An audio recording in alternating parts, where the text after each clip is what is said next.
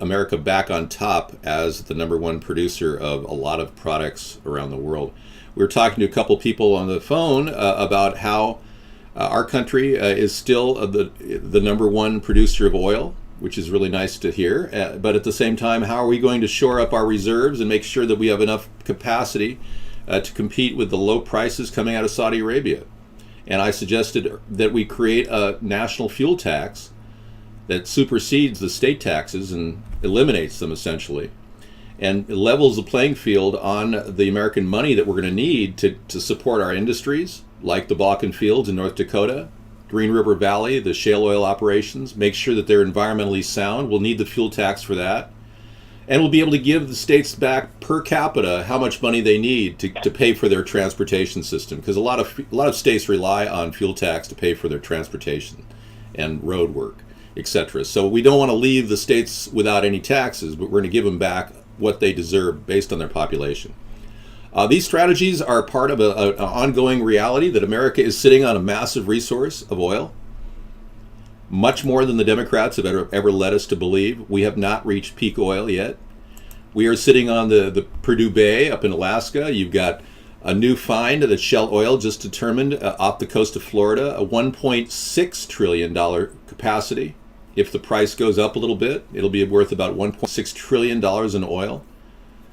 So all of these things converge on, hey, we're actually sitting pretty. As the global economy is shrinking, and it is shrinking, with Greece defaulting on their notes to the euro, we are now very good position because we're one of the stronger economies. So it shouldn't be doom and gloom for a lot of you people. You should recognize that their dollar still has buoyancy, and because we are the largest consuming nation in the world, still, even though China has outproduced us in other areas like product development, we still are a major consumer, and that gives our dollar a lot of buoyancy. So I don't believe for a second that we're in danger of losing the dollar as the world currency.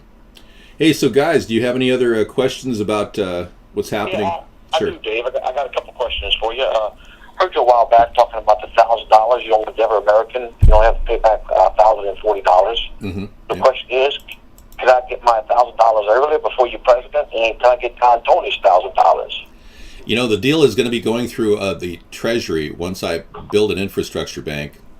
And once we have that up and running, then you can start looking at $1,000 up front as a U.S. citizen. Any non-U.S. citizen wouldn't get any money, but any U.S. citizen who doesn't have a criminal background will qualify for this $1,000 loan. And a lot of people will just take the money and run. And we're going to absorb that cost with that extra 4% interest. Actually, it's an 8% interest on $1,000 over a year. So in 6 months' time, you'll be paying $40. 4% interest, Dave, because it's illegal, and not illegal. It's a sin if you read the Bible to charge the poor high interest rates, and right. Everybody does that. I know. Every bank, every credit card company. If you don't have a bank account and you need to pay your electric bill, you have to. They charge a surplus. Can you go ahead and ban Seymour Butts for saying this caller closed? I'm just stating the facts, and he's disagreeing with me for stating the facts. Seymour, you're on warning right now, Seymour. Okay. Yeah, he's probably a Hillary voter. Yeah, Dave, I got a comment too on what this guy here was just saying. He made a good point. These check cashing places or these title loan places are outrageous. They take advantage of people in their worst of times. Yeah. People in there. You've heard about title loan places, right? You go there, getting the title to your car. Let's say you borrow $1,000. You have to pay them back like $1,500 by the end of the month. Mm-hmm. And people are desperate, so people go do it, lose cars. Lose a lot of different things. Yeah. The interest rates are outrageous. They are, yeah. Well, if you guys were Muslim and you were living in Minnesota, you wouldn't be charged any interest at all. So I agree with you. The Bible is specific about how we're not supposed to be mistreated with loans and how poor should not be violated. So you know what you're talking about, yeah. So if a Muslim was here, we would be talking about them in Obama's court, and a Muslim would be getting all the benefits. So yeah, I agree. I think personally, I don't believe that government should intervene too much in the free market, but when it comes to usurious interest rates, we definitely should intervene. And spurring job growth. Yeah, it would definitely help job growth if we weren't charging people so much for their interest on their business loans. So an infrastructure bank of offering 2% loans to U.S. businesses hiring U.S. citizens will actually trigger growth. Michael, you're on. Go ahead. You're in a three-way call with other callers. Go ahead, Michael. What's your concern? Hey, how you doing, Dave? How you doing? Pretty good, man. Hey, Michael, how you doing? Hey, how you doing there, man? Okay, hey, by the way, somebody's spreading a lie that I didn't go to UCLA. I did go to UCLA, and I was a student in 1978 and 1988. What's the subject we're talking about here? We're talking about oil and how to, and we're also talking about a flat, fair tax alternative to what we have today. Dave, what I would like to bring up here is the communities in the inner city, these African Americans. I was wondering what your feelings are on all this special treatment they're getting, and they still blame us white folks for their poverty and shortcomings. And I have to say it's very frustrating that because I get frustrated with this, I'm considered a racist by many. I'm sorry. This ball is trash, Dave. Hang up on this boy. Okay, look at if you want to talk about race relationships, I don't have a problem with it. I don't think we should pay reparations for African Americans, and there's talk that Barack Obama is planning. I agree. Yeah, If crazy. they show me a 200-old nigga that. Now that's not acceptable here. We do not allow racial slurs on the show. I want to appreciate avoiding that if you possibly can. Thank you. All right, I'm going to bring up what could very well be the future of our nation. Flat tax of 10% on over $100,000 income. Pretty good deal, I think. I can sell everybody on this, even rich people. They love it. The idea of being taxed only 10%, not 34%, I mean, it's going to bring money into our country.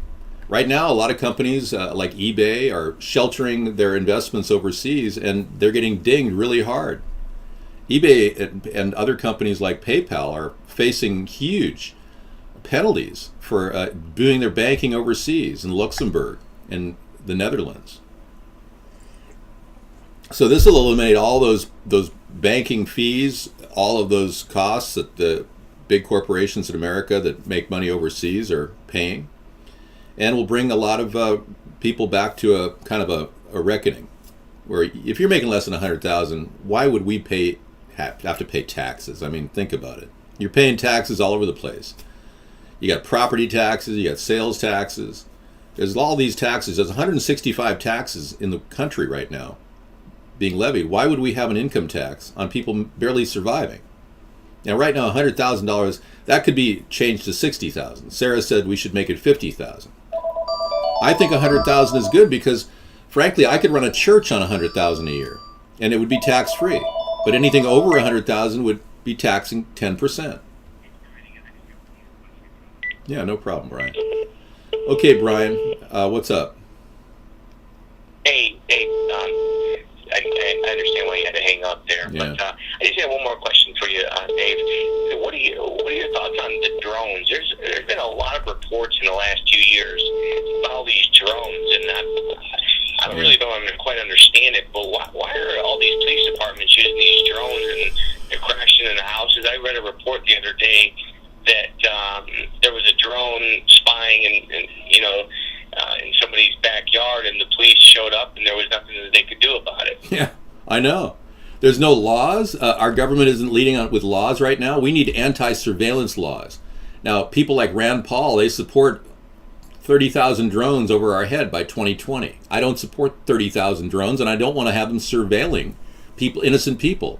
I don't want private detectives hiring drones to look in your window while you're with your girlfriend or your wife or whatever. I think it's crazy. So yeah, drones are really quite serious and invade our privacy and our freedom. So yeah, we need to have laws, and it shouldn't come 10 years late, like the current FCC ruling on the internet came 10 years after they expected it. So we need to get ahead of this problem and get more proactive. And I think government is constipated, Brian. I think our presidents in the past have been, fixated on other things like eating kitty cats, and I don't know what's going on with that. Okay, hang on. Drones are watching you on the toilet? Tank. Pink. Caller, it's your... Okay, what's your concern, Pink? Hey, how you doing, brother? Okay, man. Hey, man, I wish you were on the ballot. I swear I would go out. I would go out and vote for you, man. Everything that you say everything is right, man. Yeah. What's up, Tank? This is Tank from Battle Care. You know that, right? Oh, yeah. I know you. What's lacking, Tank? Okay, so what's going on, brother? you're in the Beltway, Tank? You're in DTC area, basically? No, Chicago. Oh, Chicago. Okay. Yeah, well, your And I wish you were on city's... the ballot. I'd actually give me a reason to go vote. Yeah. There's a lot of things that you say are actually right, man. You know a lot. I don't know what that was in my put tooth. yourself on the ballot. Well, one of the things is Illinois is really hard. I got to be in every single county in Illinois. I don't know what was on my tooth. I think I was eating some seaweed earlier.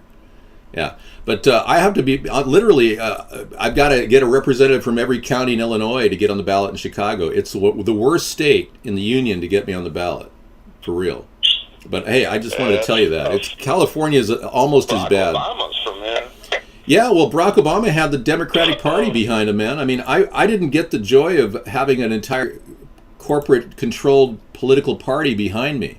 Starting a third party is way harder than that. I understand. Yeah, but I appreciate it, man. A lot of people aren't getting any answers. You need the money too. All the big corporate people are. It's probably going to end up being Hillary Clinton this year. Well, isn't that sad that somebody's able to buy their way to the office? Black president's going to be the first woman president. Wow, we're really in trouble. You put it. Yeah. Yeah. We're in trouble, man. I mean, this is crazy. The Iraqians and then the Arab countries, they don't respect women, so. Yeah, check this out. It's now illegal to use cash in South Carolina, when you go to a yard sale. South Carolina is trying to make it so that you can't even use cash when you go to a yard sale here. Oh, state of Louisiana, there you go. Ban the use of cash in all transactions involving secondhand goods. The government wants in on all kinds of yard sale revenue. They want to tax people to buy a old lawnmower or something. Yeah. Hey, Dave, what's your stance on gangs? I definitely think that we need to help the minority populations with opportunity. It's the only way to stop them from joining gangs. I think legalization of marijuana across the nation will actually eliminate the money in gangs, because people will be able to grow it themselves. They'll have a new industry that'll pull a lot of that marijuana revenue out of the gangs, which will probably put more emphasis on cocaine and other things. But, that's definitely one way to do it, and more opportunities for people in general, across the board. I've been in the Chicago gang since I've been 10 years old. I'm in a book. Really? It's called the Chicago Gang Book. They got me labeled as Chicago Gang Chief. No kidding. Wow. And I couldn't sue for that, but Jesse Jackson called me up, and he's like, I had to go visit them at the YMCA on the west side, and we tried to do a class action lawsuit, but we lost. Wow. So David, boy, fraud too. Hang up on him. all right. Listen, I'm gonna drop out of the call, but thank you for calling in. Any other quick questions? Oh, no problem, man. All right. Yes, gang life got to be tough. I grew up in Los Angeles, California. Yeah, everything's going to be okay is the topic tonight. Thanks. The NSA is giving us a leader on what our topic should be. Everything is okay. Nothing to worry about with Jade Helm, right? Yeah, I left Los Angeles because of the rioting in the 90s. I was attacked, verbally accosted numerous times by gang members, but it's because I obviously am white. I didn't blame them for it. I went into the intersection one time at a green light, and it turns out there's a gang funeral going on running the red. I got numerous death threats and people accusing me of, whatever. I could understand they were burying one of their loved ones. And being obviously white put me at kind of at risk when I was in a bank robbery, and gang members came into the bank in West LA and held everybody up. It happens a lot. Young guys under 18, so that if they're caught, they go to juvie. But yeah, the girl I was with peed in her pants. She was so frightened, and I knew the longer that bank robbery went on, the more likely I'd be killed, because I'm probably the guy standing out. Oh yeah, we're going to get rid of you because you're the white guy. But no, I got through it and managed to leave, only to come up to the beautiful Pacific Northwest and have a guy hold a shotgun on me. 2 weeks up here, I'm working at the local radio station, and I pulled up to one of my clients, selling him some radio time. Got out of my car. It turns out this guy had followed me because I had passed him on the road. He pulled me over, got out of his car, and pumped a shotgun at me and held it to my head and said, I'm gonna kill you, man. I'm gonna, and I just like, whoa, I couldn't believe. I was like, I left the virtual gangs problem in LA to come up to the beautiful, wonderful Pacific Northwest to be accosted with a shotgun that was loaded. So I've had a lot of experiences that make me aware that no matter where you are, you got to always be nice to people and don't get people angry. Yeah, I got people. I definitely passed the guy because he was going 35 and a 50, and he really didn't like me passing him. We had Hank. Hank, is that you, Hank? Are you the propane guy, Hank? Yeah, Hank, go ahead. No, it's Tank. How you doing today, Dave? Oh, Tank. Oh, I'm sorry. You're the guy. Yeah. What's your question, man? Yeah, I actually have one more question. Does Sarah suck your dick? What? Yes, I was. Yes, I was in that bank robbery. I wasn't the bank robber, though. I was one of the victims. Had my hands up. Okay, so what are these false beliefs being promulgated by the CIA? When a director says, we'll know our disinformation program is complete when everything the American public believes is false. When he says that, what do you think he meant? You think all these things that are happening in the country, like ISIS at the border with Mexico, Jade Helm, pre-civil conflict, you think all of this is just to, put out disinformation, make us all fearful? Yeah. Double think? Get us all on edge? Trigger revolts in Ferguson, Trayvon Martin and all that? Those stories were actually quite common in America.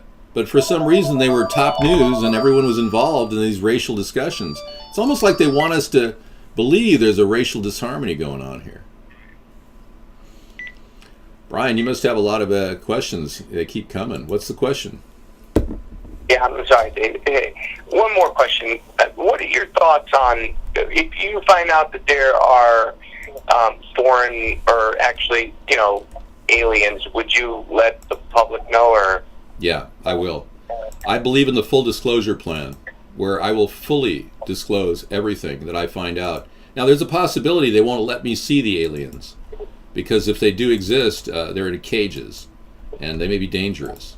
And I don't want to be perceived as like this guy right here, saying everyone should jump on Hail Bop and run away with the aliens. But I do believe that honesty is the best policy, and clearly, I don't think that aliens exist, I'll be honest.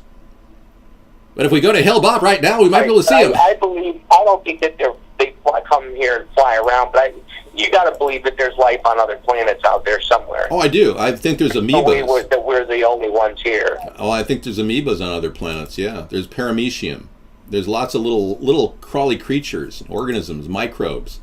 But whether they're fully formed, fully functional transgenders, I don't know. The same thing to somebody else, Yeah. Look at everything that's on this earth. There's so many. We're just one tiny thing in this universe.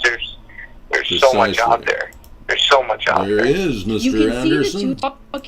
There's a lot of creatures in the world. Yes. We have a live video of some violence. I'll be bringing that up. So yeah, if I find out that there really are aliens that do exist, I'll be the first to tell you. Absolutely. I see no reason why not. I mean, think about it. I think the human race is ready to, if we really are being watched by aliens like this creature, this reptilian that somebody found, a prehistoric, I don't know if that looks like plaster Paris or not. Yeah, I don't think we're being watched because we would know about it, but I think that there's, other planets out there with life on it. There has to be. But I'm more concerned. Actually, I'm more concerned about. What's that? I'm more concerned about artificial intelligence. and the possibility that it may take over. You know, we have a big problem with that. Well, I mean, you know, it's good. Have you ever watched the movie The Terminator? Yeah. I mean, everybody has. I'm sure you. I mean, you see Skynet and everything that I'm not Tony. Everyone puts that. I don't know how you guys get me confused with Don Tony. I sound nothing like Don Tony. But when they talked about Skynet software, they got that pretty, you know, dead on. You know, everything kind of worked its way out, and when they made part 2 and part 3, it all kind of worked itself out, right? So I don't know. You know, IBM they do a lot of stuff that you know. You ever hear of Watson, Dave? Yeah, I'm very familiar with Watson. His protocol is very similar to mine. Hold on, I've got another call. Hello? Are you still there? Yeah, I'm there. Okay. I thought you hung up on me. I was like, man, this guy keeps hanging up on me. I don't hang up on anybody. I'm trying to answer this phones. Thing is supposed to help people do their job, but you get a bunch of trolls in the chat room. I'm not even listening. I don't listen to them. I call the show to listen to you. But yeah, this is not Don Tony. But this Watson, it's already written a cookbook that's come up with ways. Ingredients for recipes that's based on taste of certain things that people like, and it's being published later on. See, there's a guy that keeps using the word retard. Can you go ahead and ban him for using derogatory terms? Yeah, but we're not going to continue this conversation because this isn't your venue to have a show here. So I'm going to drop out of this, Brian. This isn't the Brian show. It wasn't the Don Tony show. It's an America's Third Party show, and I'm not here to ban for you, Brian. So if you're really concerned, why don't you go find a show more akin to your concerns? Maybe you could get Jeb Bush to do a talk show on a nightly basis and help you through your panic and your concern. I am the dark horse candidate, everybody. In case anyone was wondering, go ahead. Guess what? Go ahead. You're on. Hi, David. I called to talk about aliens. Okay. That's okay. Yeah, whatever you want to talk about. I saw an alien one time. Did you really? I don't believe that, man. His name was E.T., and he just... God. I mean, somebody thought he was funny or something? This is turning into a ridiculous... Wow, over 100 years. Thank you. Well, at least somebody's calling. I used to not get calls. Start with the staff of life, David. A loaf of bread. The simplest thing, the poorest man must have it all. Well, there are 151 taxes now in the price of a loaf of bread. What will you do? Really? There's 151 taxes affecting the price of a loaf of bread? Well, we'll make tax-free bread at the government.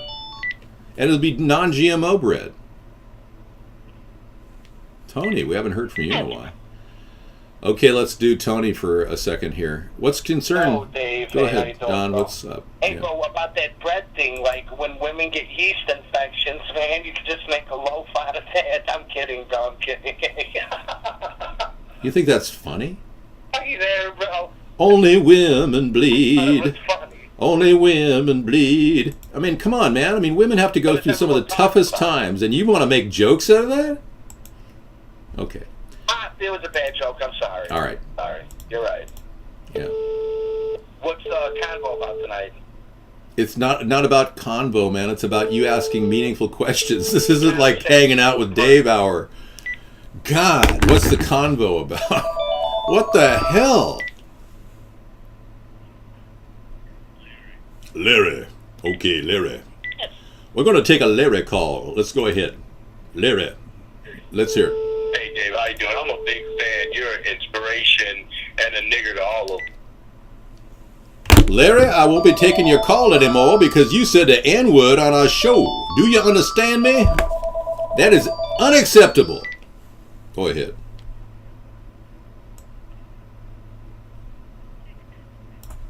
No. We've got a show to run here. I got people to respond to. Okay, well, thank you. Anytime you have information, feel free. Well, let's be clear.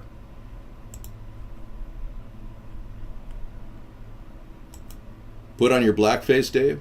Seymour, that's inappropriate here. Yeah, we're talking about freedom. The freedom to say what we want in our life. The freedom to come into a chat room and say whatever's on your mind, man. Yes, you can. If nobody's around and you're decent, you can do that. Well, let's be clear. Don't make any kind of racial slurs here. Thank you. Okay, we're on. Who's calling? Anybody? Hello? No. All right. Any other questions? Let's move on. I've got a live feed from. Let me get rid of this New World Order horse here. It's kind of bugging me. Let me show that live violence. This is from Round Rock, Texas, everybody. She resists. Keith is knocked out cold. Her 6-year-old daughter walks over as the officer rolls Keith onto her back and checks her pulse. Wow, that was crazy. You can see the two talking when he tries to force Keith onto the hood of his car. When she resists, whoa. Keith is knocked out cold. Her 6-year-old daughter walks over as the officer rolls Keith onto her back. Wow. And You see the way he literally took her down? Wow, that was intense. Okay, we're on the phone with Carl. Go ahead, Carl. What's your concern? My concern is you got. All right. Any other questions? Feel free to ask. Boy, this is a lively conversation we're having tonight. I'm not an anti-capitalist communist. No, I support hybrid capitalism. I'm going to bring my hybrid capitalist book out so you can look at it. Okay? I knew you'd want to look at it, so it's all good. Yeah, I don't mind bringing it up because it's important that you know I'm not a communist and I don't dislike capitalism. I like capitalism. Trudeauism? No. No, we're not getting calls from transgenders named Precious. This is hybrid capitalism. It embraces capitalism and gets the government to run efficiently. Our hybrid capitalist concept of a flat tax molds very well into this whole concept. You like that video? You want me to play it again for you? There you go. I can loop it. Okay, any other questions? Go right ahead. Okay, we'll take that call. Go ahead. Tom, is this Larry? Larry, is this you? No, it's not Larry. How you doing? It's Todd. Todd, okay, Todd, what's your concern? How you doing? I have a question. Why did the founders mean by the pursuit of happiness? What do you think? Pursuit of happiness means no, don't tread on me. That was a common expression at the time. Don't tread on me. It's not a big expression in America today, but that was what led to the idea of pursuit of happiness.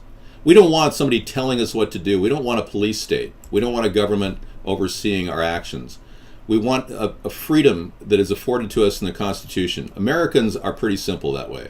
We just get the hell out of my face. When that woman was just taken down like a piece of meat by a cop, you see how much this has gone off track. We've literally allowed these police officers to teach protocols that should never be allowed in the public domain. You find a better way for the government to spend their money, our money. Yeah, I can find a better way. We can fire street cops that are brutal and engaged in police brutality. It's one of those things. I can tell fire cops that are not performing up to par, that are not meeting the necessary requirements and are committing human rights abuses. We can fire them.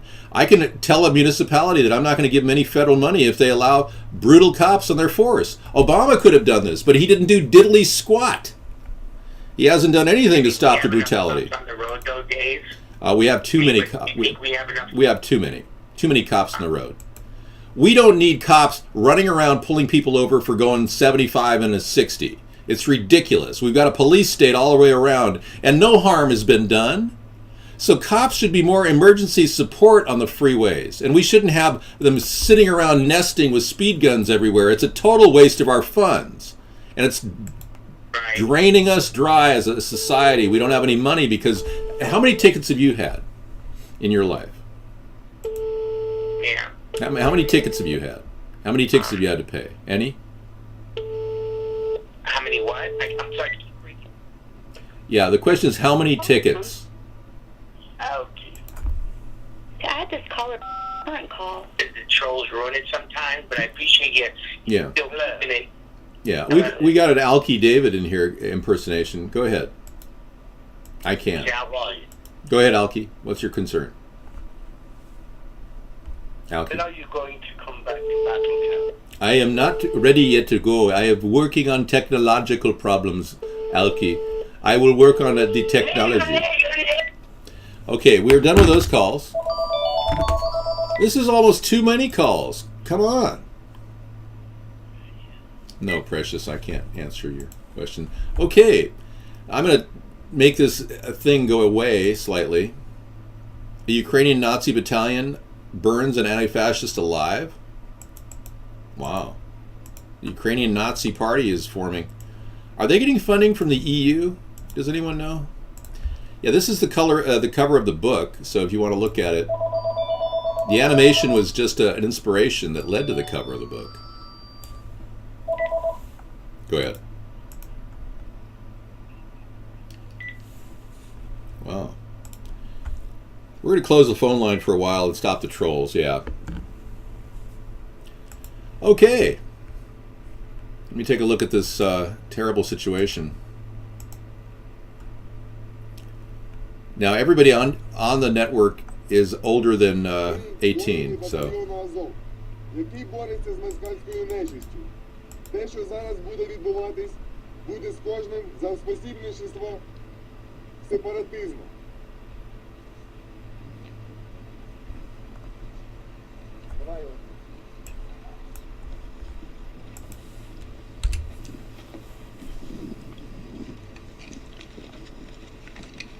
I'm looking at this. I'm not going to play it. It's too violent. They're tying a person down. They're going to set fire to the person. You know, I'm not going to watch that. Thank you. Yeah, I don't want to go there. Okay. I didn't want to bring it into the show either. It's too violent, yeah. Right.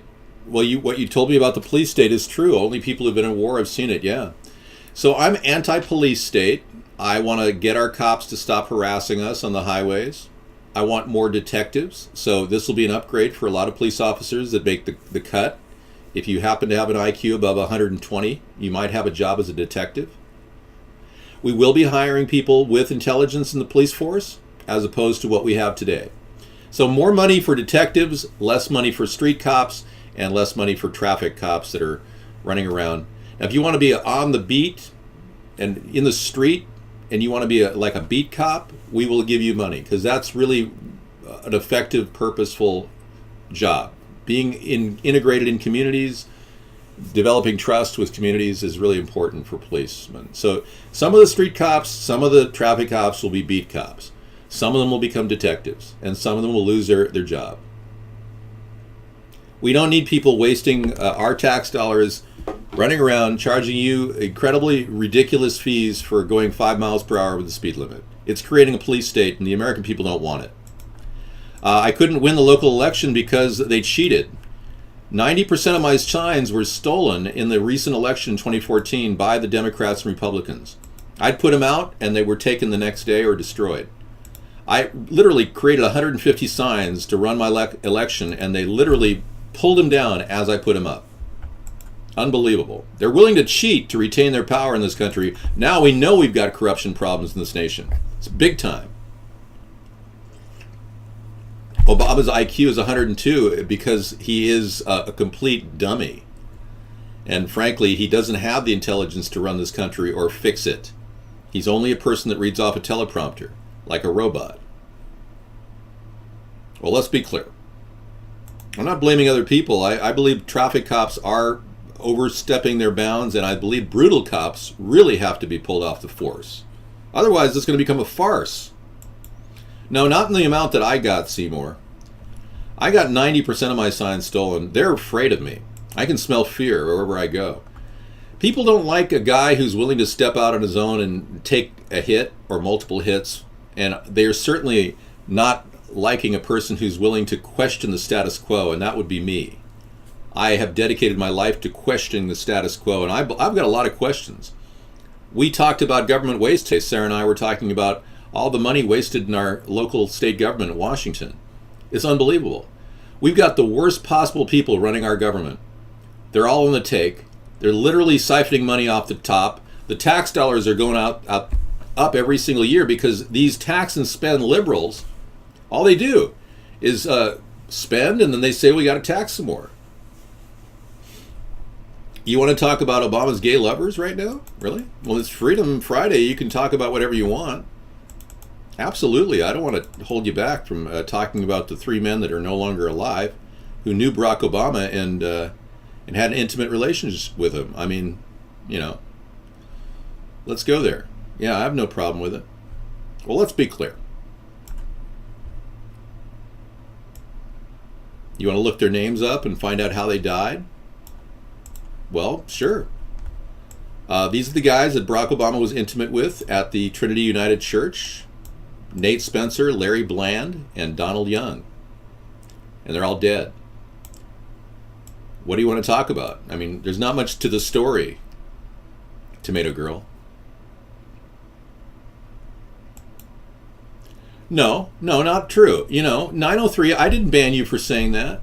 You can disagree with me, but don't call me names and don't denigrate the show. Don't be a denigrator. No, I'm not obsessed. Tomato Girl wanted to know about Larry Bland and Nate Spencer and Donald Young, who were homosexuals, blatant and open homosexuals, who died, all in 2007.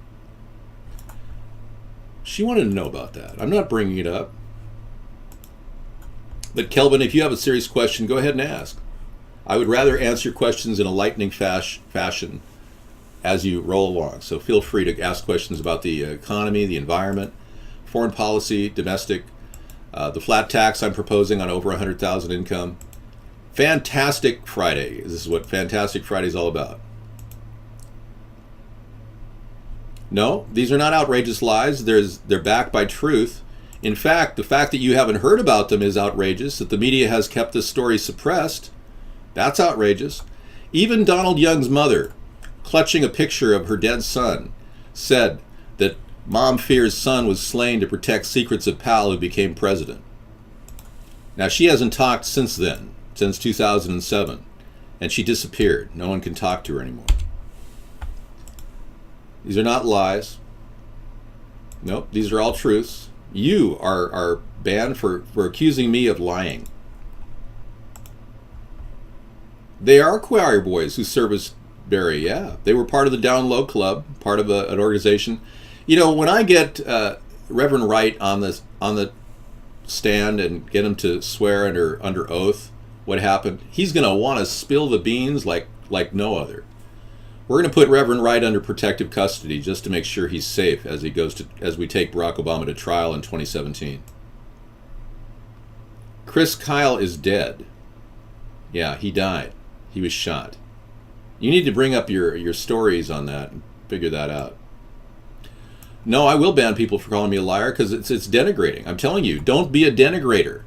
Don't try to demoralize this show. We have a lot of people supporting what we're doing. And if you think for a second this is some sort of a microcosm of a fantasy land and Disneyland, it's not. I support people that support me. And I will do everything I can to filter this dialogue so we can talk about the issues, not you demoralizing me and calling me a liar, which I'm not.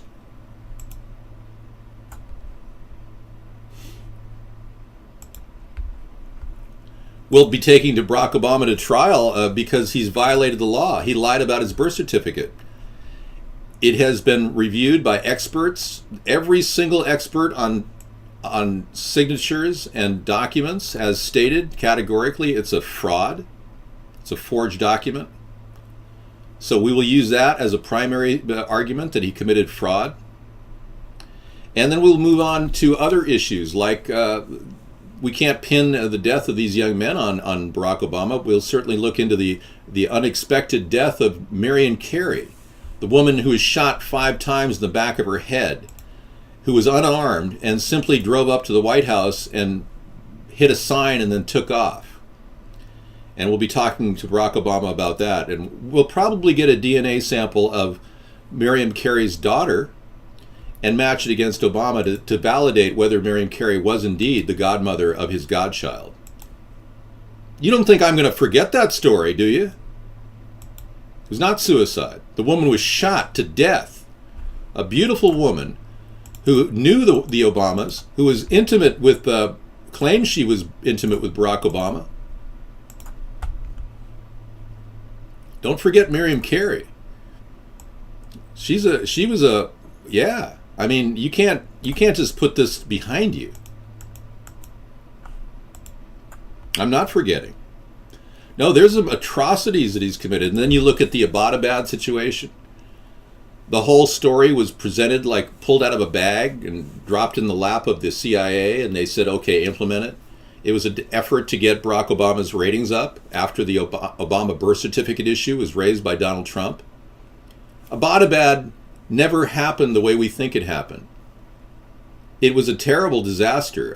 It was not a 5-year planned, executed operation like the State Department said. It was a 5-month operation. And the men who were involved in that are now dead, 31 of them. The Abbottabad situation is when Osama bin Laden was allegedly captured and killed. No, I can tell you just from the evidence alone that Osama bin Laden was not captured and killed in Abbottabad. Sorry. The person there was an imposter that was put in play and had been in play for some time, for 5 months, not 5 years. The reason why the helicopter crashed was because they didn't have enough telemetrics to land that vehicle. They hadn't really looked at him. Now it's highly unlikely he's going to be a floater and pop up to the, out of the ground and start talking. I mean, if a guy like him, could talk, he'd probably say, well, why did you drop me in the ocean? Why didn't you show his dead body? Well, there is no pictures of Osama bin Laden's dead body, period. That alone should raise a question. And in the specter of a complete cover-up, false flag operation to cover up the Barack Obama reality that he's slipping in the polls, this is a big mark on Barack Obama's history as well. And then we get to Benghazi.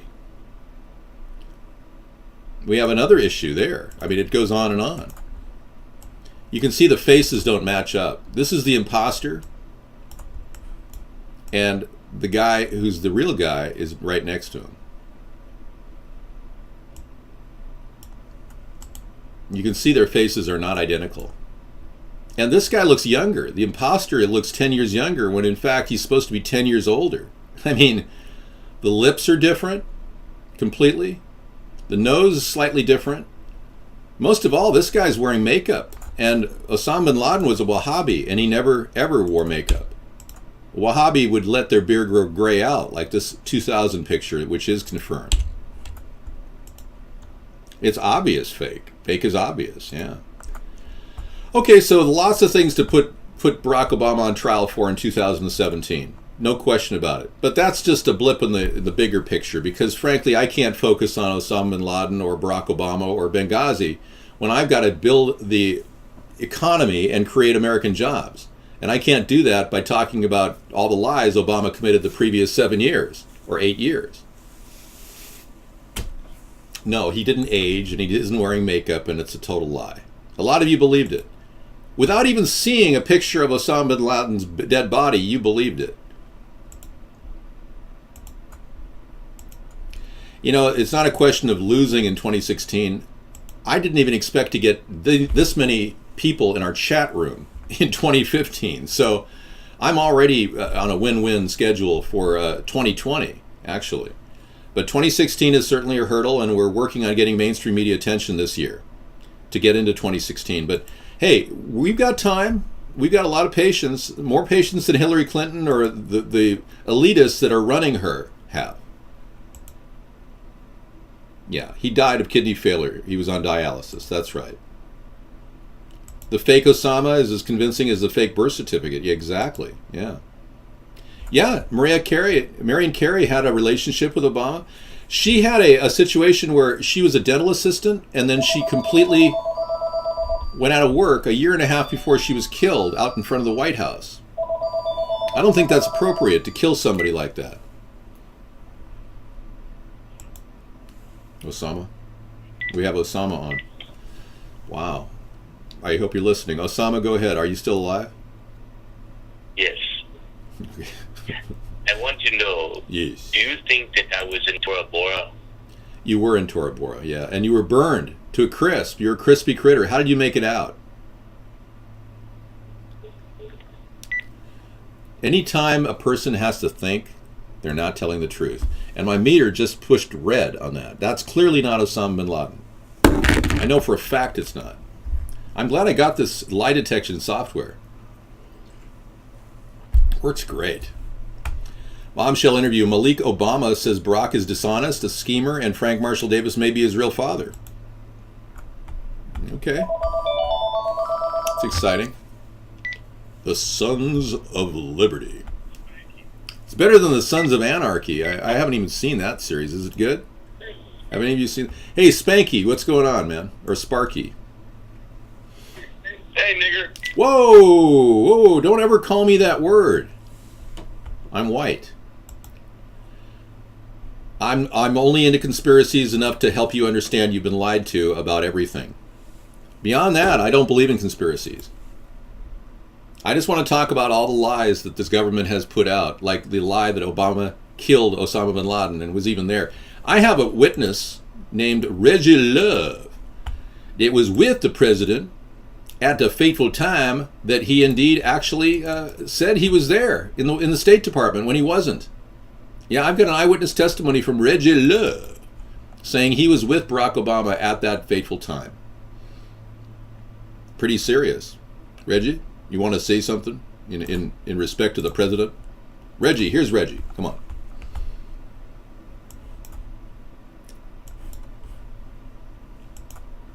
Most people were like down in the situation room. He was like, I'm not going to be down there. I can't watch this entire thing. And just so he, myself, Pete, Souza, the White House photographer, Marvin, we must have played 15 games of spades. And probably, typically like the weekends he'll work like a half day.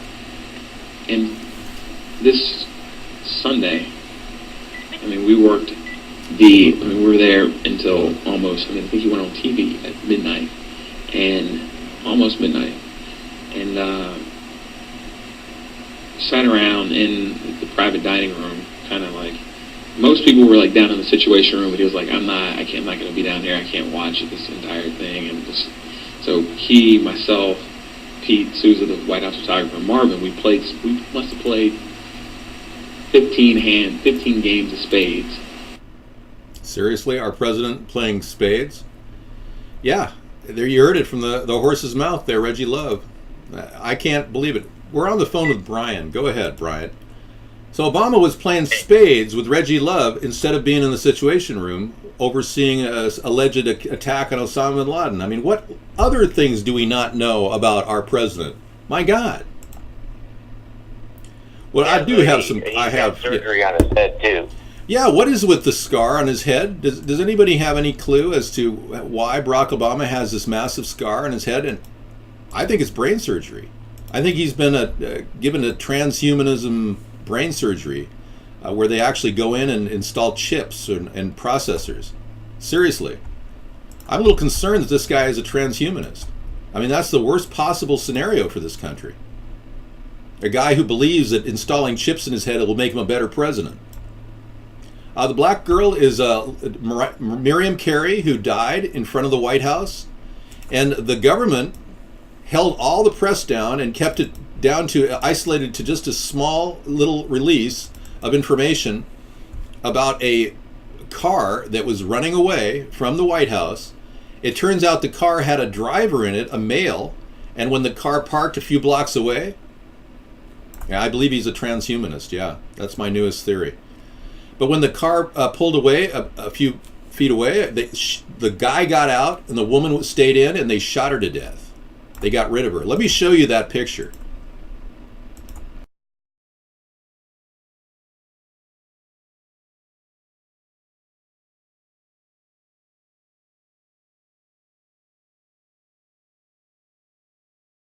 With that woman, that person, we are being told, is now in police custody. Was a second person that was inside that black Infiniti with that woman, that person, we are being told, is now in police custody. Was a second person that...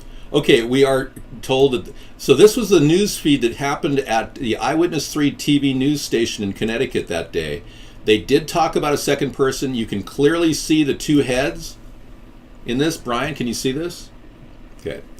Yeah, I remember that. I watched that live. I think that was they said it was her kid, but it looks like two adults. An adult, not a kid, right? Yeah, she's in the passenger seat. There's a driver. You can see his head, a larger man in the driver's seat, and the eyewitnesses on the scene said that a man got out of the car, and she was in the car with her baby. They got her baby out, then they shot her to death. Yeah.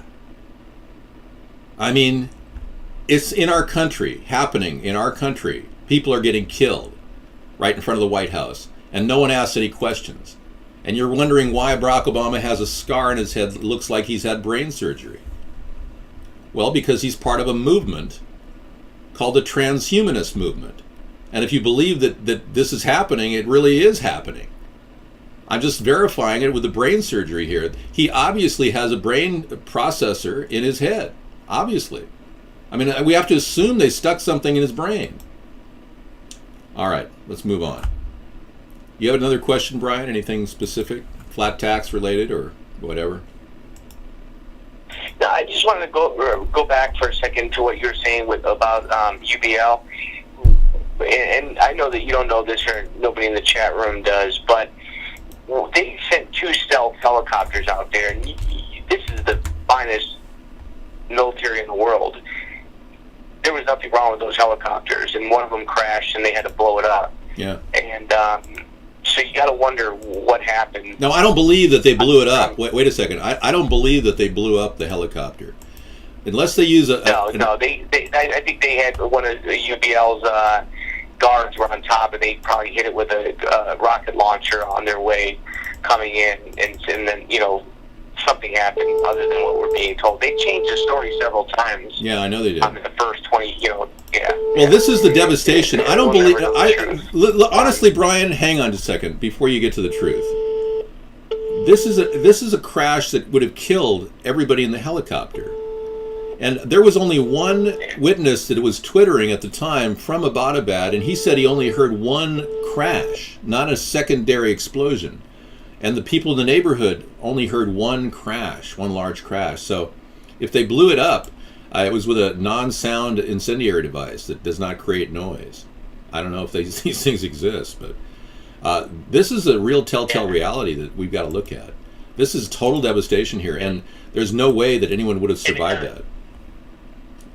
They said, to piggyback on your point that we didn't blow it up. If we blew it up, the Chinese military would not have, or in the pack. I think the Chinese military went over there and picked up pieces that try to copy the stealth technology that we had on that helicopter.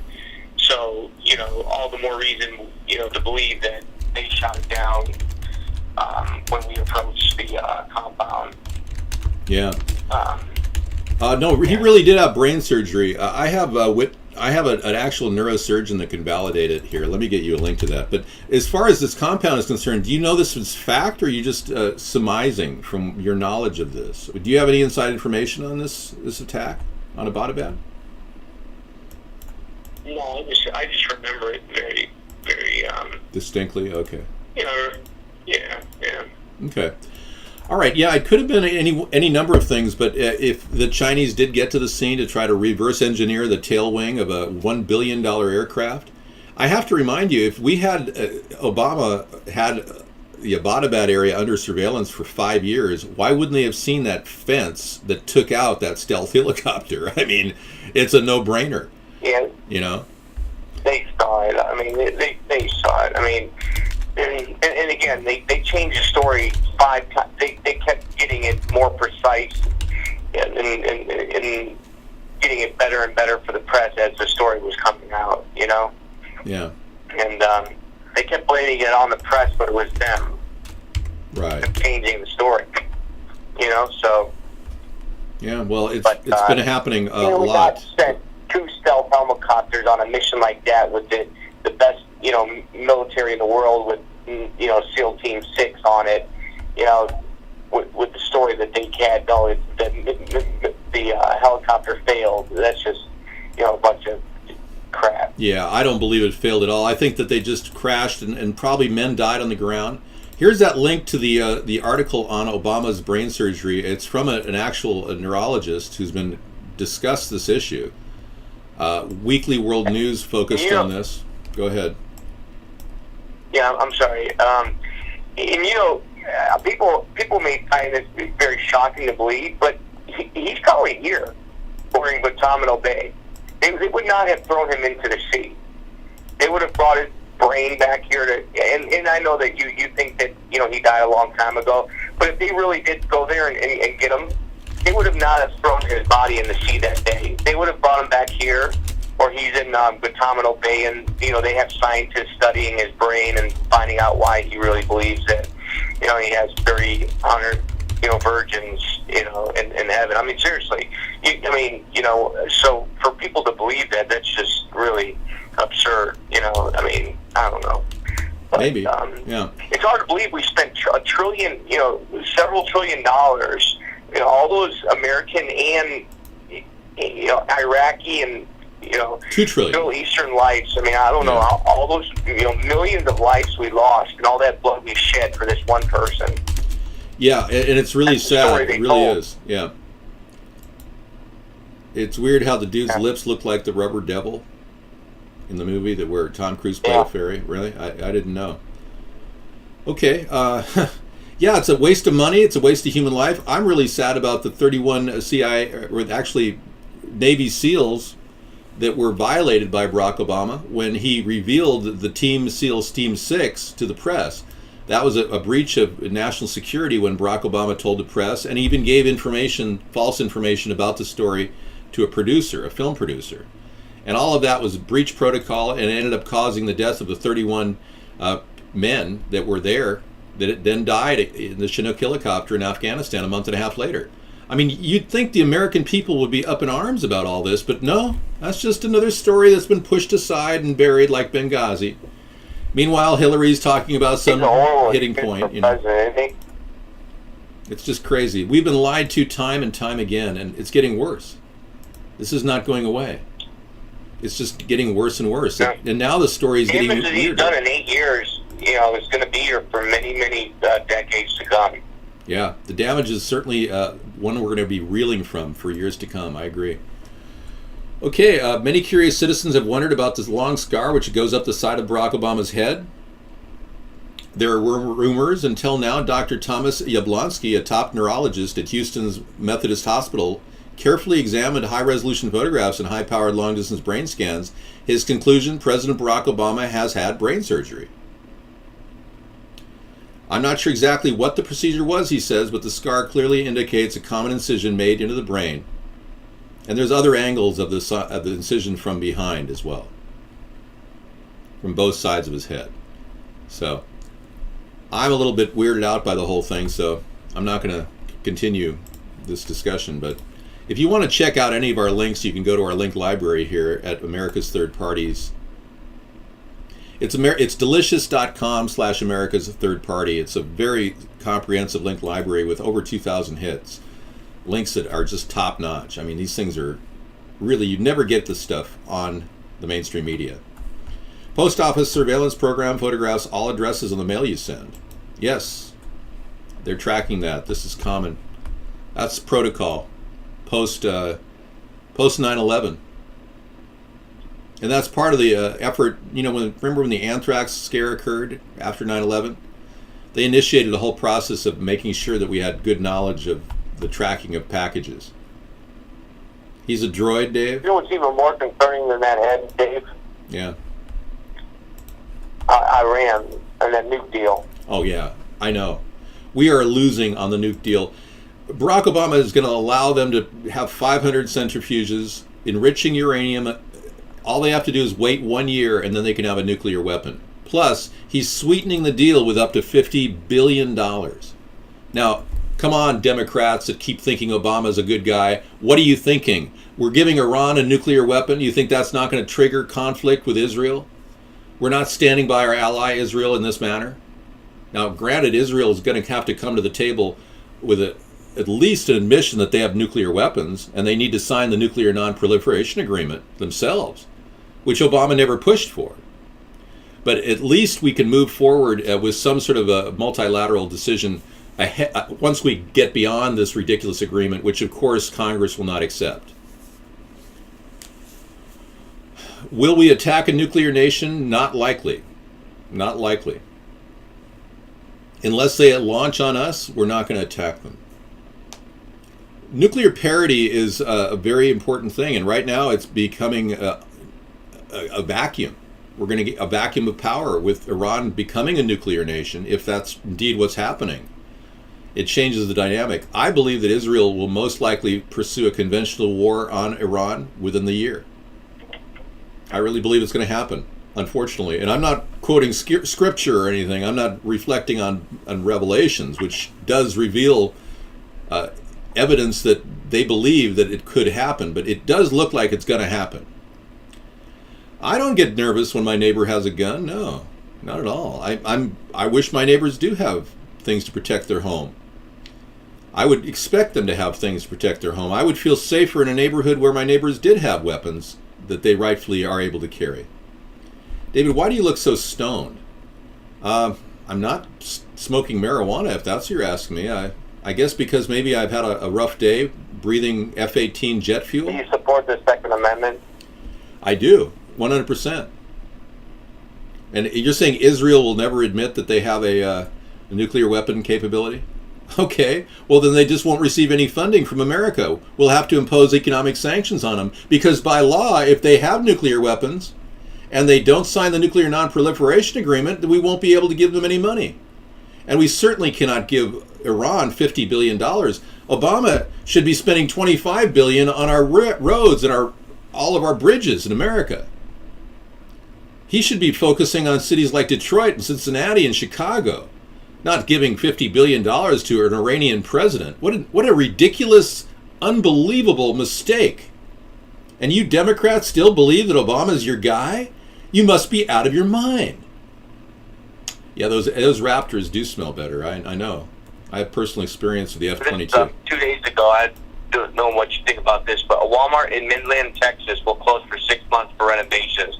However, some skeptics, such as Dave, I'm just kidding, say the closure is linked to a secret military training exercise called Operation Jade Helm. But this is serious. What Walmart do you know that's ever closed for 6 days, let alone 6 months? I don't. Walmart closing. Yeah, we know of a couple of them. They have YouTube. Yeah, I'm sorry. Go ahead. They have YouTube videos. Yeah, I know. Verifying this. Yeah, they saw the Pico Rivera one that was closed. There were numerous filing reports that they had committed some bad working condition problems at that Walmart prior to it closing. Many people believe that may have precipitated Walmart closing because they don't want to deal with the work issues. They'd rather just fire people. Yeah, that could be a strong arm tactic that Walmart may be using to kind of quell any fires that people are having. Anybody protesting about work relations at Walmart will usually end up losing their job. My first priority as president should be to fix Detroit. I agree. And I've looked at the solution. We've got a homestead renewal plan we have all set to help take care of Detroit. And luckily for us, Michigan is one of those states we can implement the plan immediately. We don't have to go through state law changes to do this. Michigan has a plan to actually give us the ability to buy up land in the state. And HUD can do this. We can direct funds right at the Michigan state problem, and we can build the homestead renewal plan in Michigan, in Detroit, and get started with it just to show that we are serious about doing this. There's another one in Tulsa closing now, too. Yeah. Wow. Tulsa's closing. So if they continue to close Walmarts and retrofit them with all kinds of shelving and to block any access to what's going on inside, I think that we may have a problem on our hands. We may have Walmart detention centers being formed by the military. And if they know something we don't know about martial law coming, it's more than likely they're already telegraphing that they do, then they're trying to trigger martial law in this country, which is very suspicious. No government has ever created martial law or created the environment for martial law. No government has ever created the environment. So down here in Florida, they're breeding Dave, that. and, Yeah, go ahead. In 2004, when Hurricane Charlie came through, they declared martial law down here, and it sucks. I mean, obviously you understand when lights go off and there's people's houses and gas stations in bits and pieces, but you know, I mean, the military is just patrolling the streets, and the cops take over, and they start they start, you know, doing the traffic duty. You know, I mean, it's not fun. I know. You know? Yeah, it's pretty bad. We've got a lot of issues that are getting worse and worse. You know, the closures across the nation are numerous right now. We've got all kinds of store closings going on in the near future across the board. I was looking at, of course, the Sears closing down, and all these different stores are closing. I've got the government's ordering 12.6 million rounds of .22 ammo for training. They've already picked up 1.6 billion rounds. Yeah.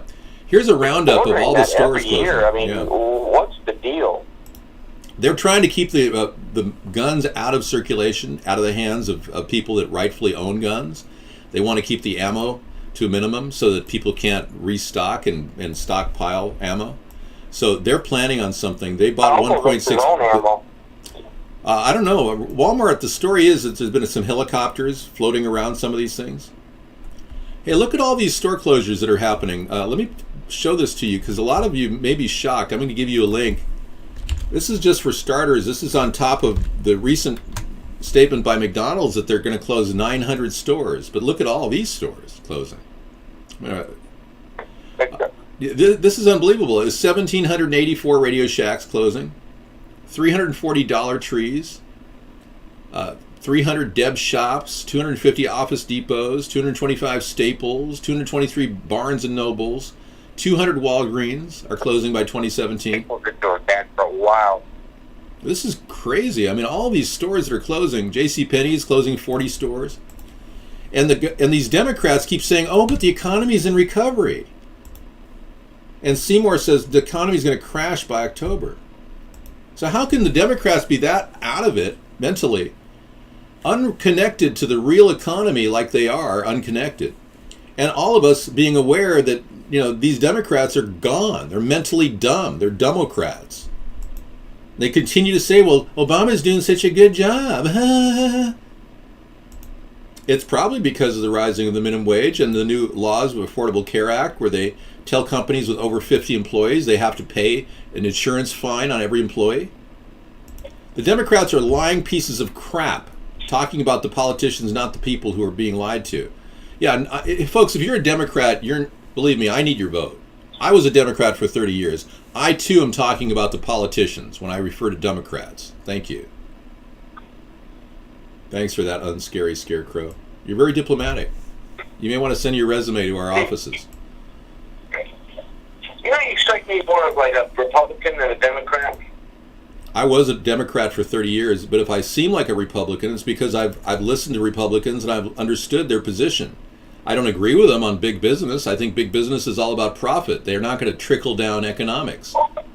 But yeah, I do believe that the Democrats have lost track of all the key issues. They rubber stamp vaccines. They say it's okay to have GMOs.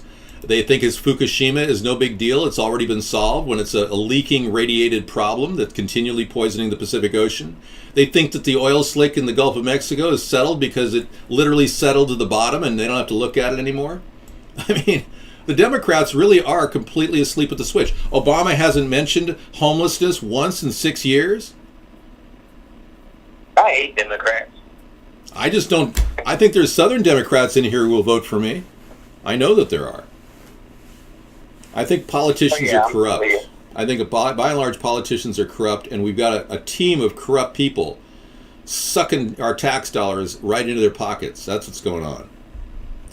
Well, I'll admit I was a Democrat for 30 years, but I wasn't a Democrat. I really believed in the core values of that party. They've completely gone away.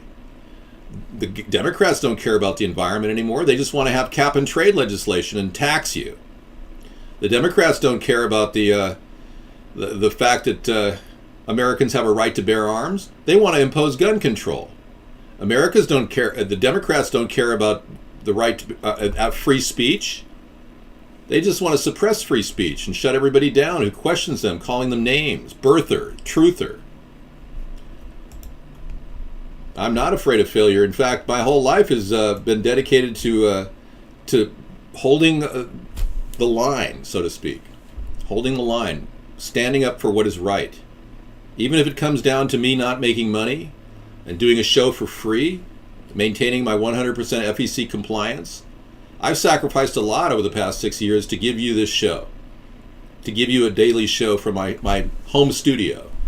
I'm in no way considered myself a failure. I consider myself a person endlessly trying to fight for the common man. That in no way would be a failure. Well, you may not pay for it because you're worthless and probably should be banned, but there are people that will support us, donate to our effort, our political movement, and there are people that believe in what we're doing. So a lot of you naysayers are going to end up, sticking your words in some orifice other than your mouth. It's not I'm only banning people that make denigrating statements about this show. It's not ridiculous, it's necessary. If I were doing a press conference, which Barack Obama doesn't do, and take unprescripted calls, nothing prescripted, and I were to answer your questions in real time, and you said, David, why are you such a racist? I would go, next question, because I don't respond to accusations like that. Next question. There's ways of filtering people out at a press conference. But I certainly wouldn't ban a reporter that said, David, why are you a racist? I'm not a racist, and I would refuse to take questions from that person. It's that simple. Well, I would love to get a PayPal banner on the show or something to donate, yeah, but I'm not allowed to. You need to go to my website, americasthirdparty.com, and simply click the donate button. It's that simple. If I could get a clickable button on this system, which we have right now with Vaughn, that'd be great. But I can't get one on the screen. Blog TV gave me that capability. But I can't get a clickable button on the screen. If I could, that'd be great. Well, I'm not saying that you people who are racists don't have the right to speak out. You do. You absolutely have the right to speak out in our country. That's why we're not in England. If you were to make a racial slur like calling someone from Pakistan a Paki, you would be arrested in England, not in America. There's no laws against racism in America. There's anti-hate crime legislation, which if you were to threaten somebody bodily harm, you would be arrested. But it is true. If you called somebody a Paki in England, you would be arrested. It is true. People have done it. People have been calling people names and been arrested for doing so. You've got a soft tyranny in England.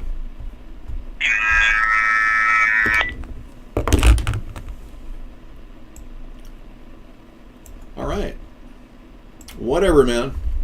I know people who've been arrested in England for calling people Pakis. You're going to do a bond rip now? Okay. So if you want to get to our donation button, just go to America's Third Party and click the donate button, the little cash sign here.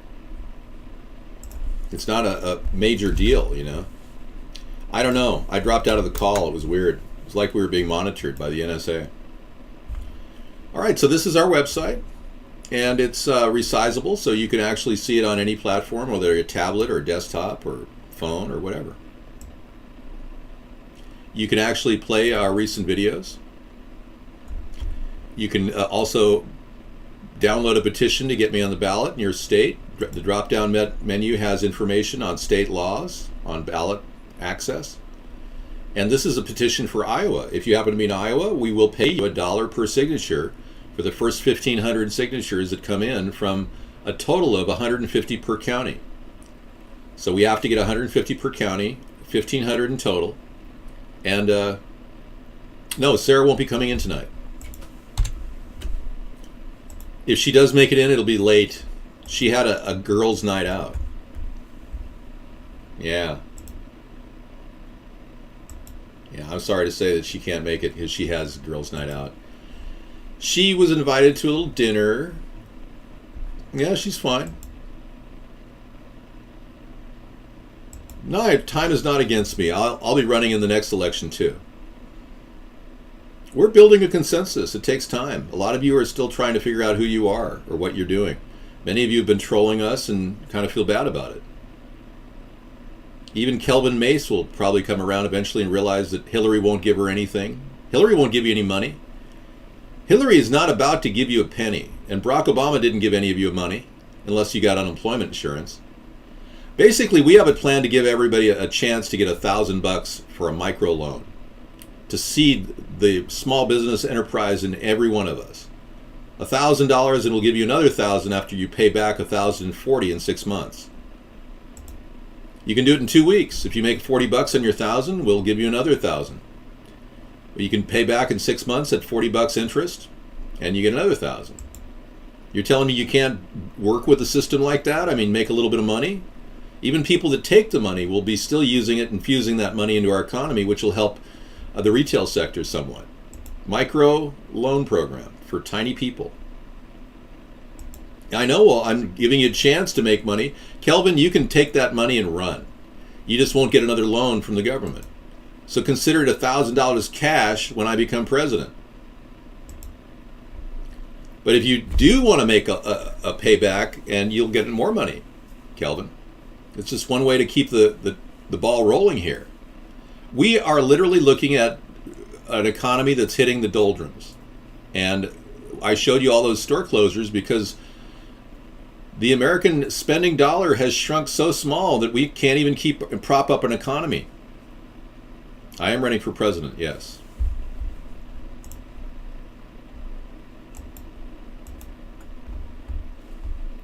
Well, I guess I did buy your vote with the hope that someday you'll be able to actually make some money. Look at this wonderful Airbus that they're developing. It's got a blimp capacity built into it, and people are saying that I'm some sort of a nutcase for supporting a blimp plane. I don't think it's ridiculous at all to support the blimp plane. I want to save and salvage a whole lot of vehicles that are expensive, like 747s.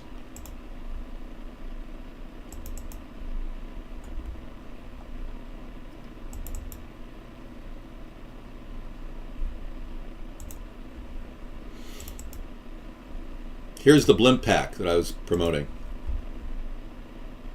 This is my concept of taking an old 747 and fixing it up.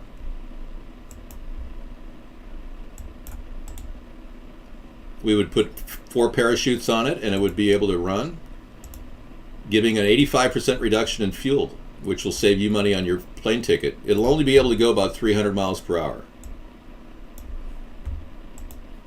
No, there's no drag in that 666. No, we'll be using a product called hydrophobic foiling.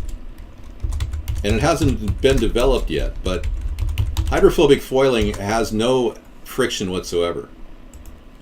It repels water and air. Any kind of material will be bounce right off of it. It's hydrophobic foiling because it literally pushes everything away. And it'll have a Kevlar inner structure.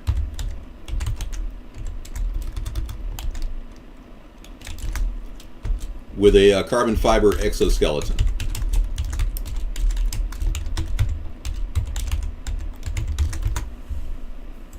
It's filled with buoyant gases like helium, but helium's kind of rare right now. We may have to alternately provide like a hydrogen source. But that's okay. We'll be making lots of hydrogen. We have a concept that will desalinate water, which is the Ocean Pipeline project. Here, if you read about it at oceanpipeline.com, you can find out about it. But we'll be creating lots of liquid hydrogen, and gas like hydrogen can be buoyant. We could use that. Good night. Now, being I have come up with great ideas, and being you probably can't even comprehend the greatness of these ideas, unless you're intelligent, like Ron. Thank you, Ron. I'm one of those guys that knows that I'll never be able to build any of these unless I have some level of clout or power to make these things work.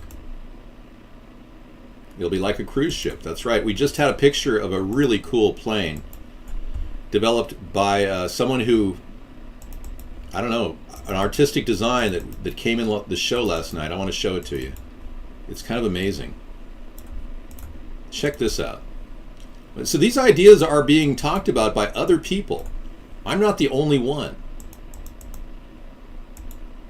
Isn't that cool?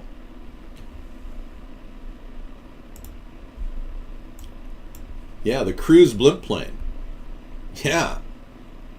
Well, I'd like to build one of those damn things on a small scale, but I don't have the capital like Hughes Aircraft does, and all the machinery and the electronic lathes and everything necessary to build a prototype. I'd rather just look at a picture. I'm like you, it's easier.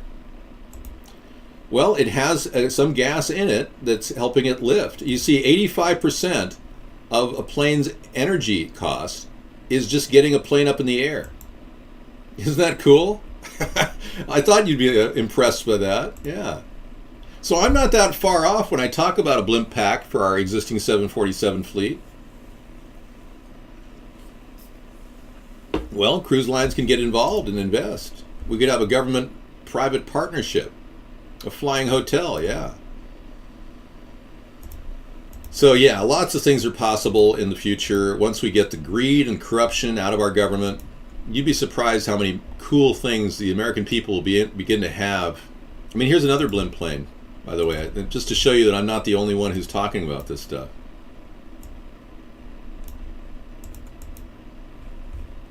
Yeah.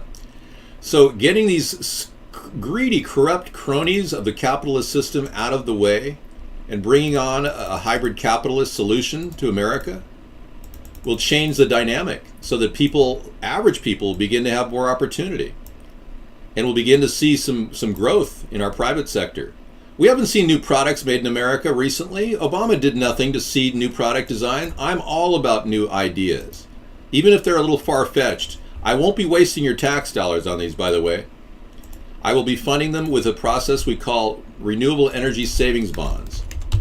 Like the war bonds of the 1930s and 40s, renewable energy savings bonds will be issued to anybody who wants to invest in this opportunity to make money back on ideas that will be very efficient and save a lot of money and actually get a return on investment right away. That's central to our concept of hybrid capitalism. Most of our ideas will start earning money right away. So we won't throw lots of money at the research and development or the prototype. We'll just start making money right away. And some of these ideas are phenomenal. I've got a solution for generating wind energy on electric poles all around the country. So you take a look at one of our ideas here, which is pretty extraordinary. I came up with this idea in 2008. And these are my original ideas that I'm not making any money on. I'm just trying to promote ideas like this. But imagine windmills on every single telephone pole in the country that's got wind.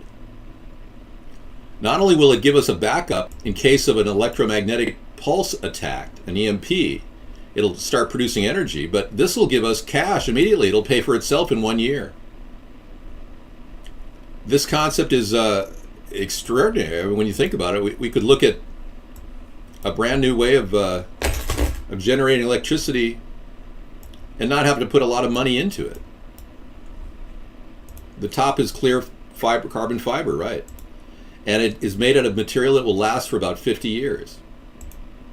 I didn't steal this idea at all. If you can predate it before 2008, then you can claim somebody else had an idea similar to it, but this is when I came up with my idea.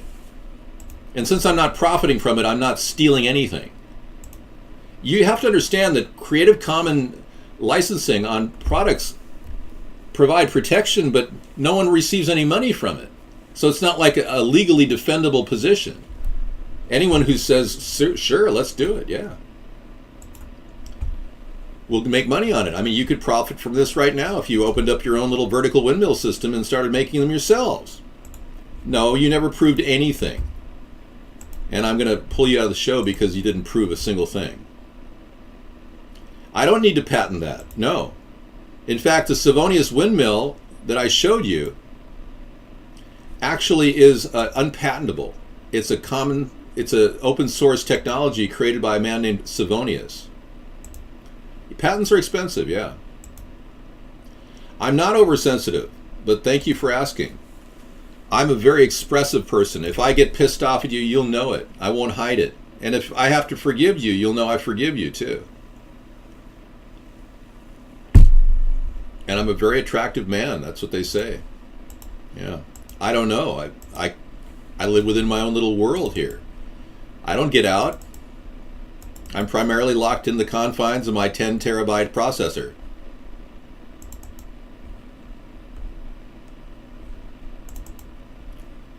There have been many very attractive people that have gone on politics and become more popular. It's true. I mean, look at, right?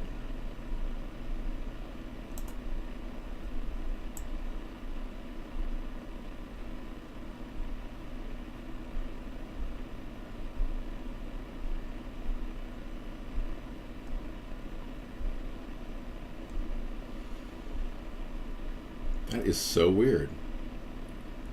I don't know how a video... Oh, here it is. Look at Stuart Smiley. Because I'm good enough, I'm smart enough, and doggone it, people like me. Look at that guy. I mean, he went on to become a senator in Minnesota. Because I'm good enough, I'm smart enough, and doggone it, people like me. Okay, yeah. I look like Max Headroom with that tie on? I don't believe I do. That's just a stretch to think that I'm anything like Max Headroom. I don't look a bit like him. That's absurd. Here's Max Headroom. This is Max Headroom. And what you're about to witness is one of the most sinister-sounding intros to a trailer to one of the greatest epics ever produced in the history of television. And there's more, because you are going to see it as well. Yes, it. Yes, it. Yes, namely, the Max Headroom story. Yeah, no, that's Max Headroom. I'm clearly not Max Headroom. Clearly. Thank you. You look like I'd squeeze you out of a Play-Doh machine. Really. Maybe because you feel that I am artificial, or perhaps not human. Are you accusing me of being an artificial android or cybernetic organism? I'd love to tell you about the Castle Sponheim. It was fought over many centuries. We fought the likes of the Rothschilds on a very tough terrain in the Rhineland. It was one of the most fought over castles in the Rhineland, and you can tell by the way it looks today that it is in disrepair. The Castle Sponheim. I don't think Bruce Gender wants to change his gender. If he did, he'd probably go for it. Good night, pal. Good night, donk to donk. It's late there, really? Where are you living, in Nova Scotia or something? Dave, teach the sheeple how the United States is a corporation and the United States of America is a country. When military and police take oath, they're agreeing to defend the Constitution for the corporation, not the country for the people. I will, from under the cheese. Thank you. I will look up the Psychic Twins. Yes, thank you, Unscary Scarecrow. Bobby Jindal approves ATP. Have you talked to him about it? Let us take a look at Bobby Jindal. He is currently running for president. Well, actually, I don't think he is going to run for president. Well, I approve of Bobby, too. He seems like a nice guy, you know? How could you not love a face like that? Hi, Mom. It's me, Bobby. I'm here.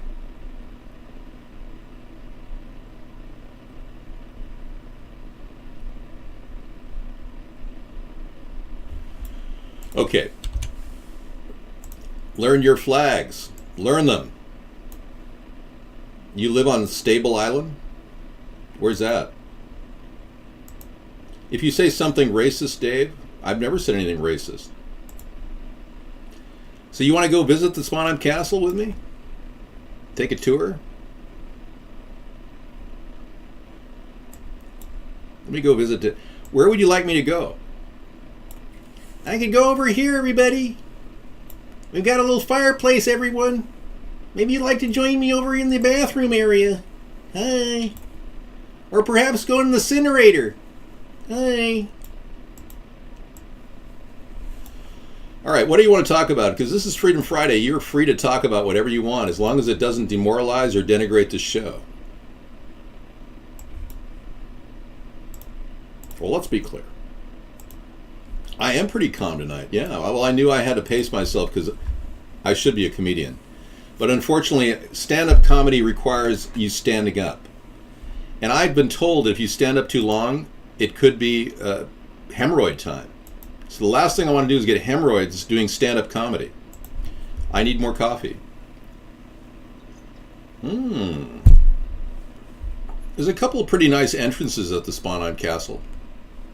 But let's not talk about the Sponheim Castle. Hillary responds to Clinton cash by asking for more cash. I know, Transylvania has the most haunted place in the entire world.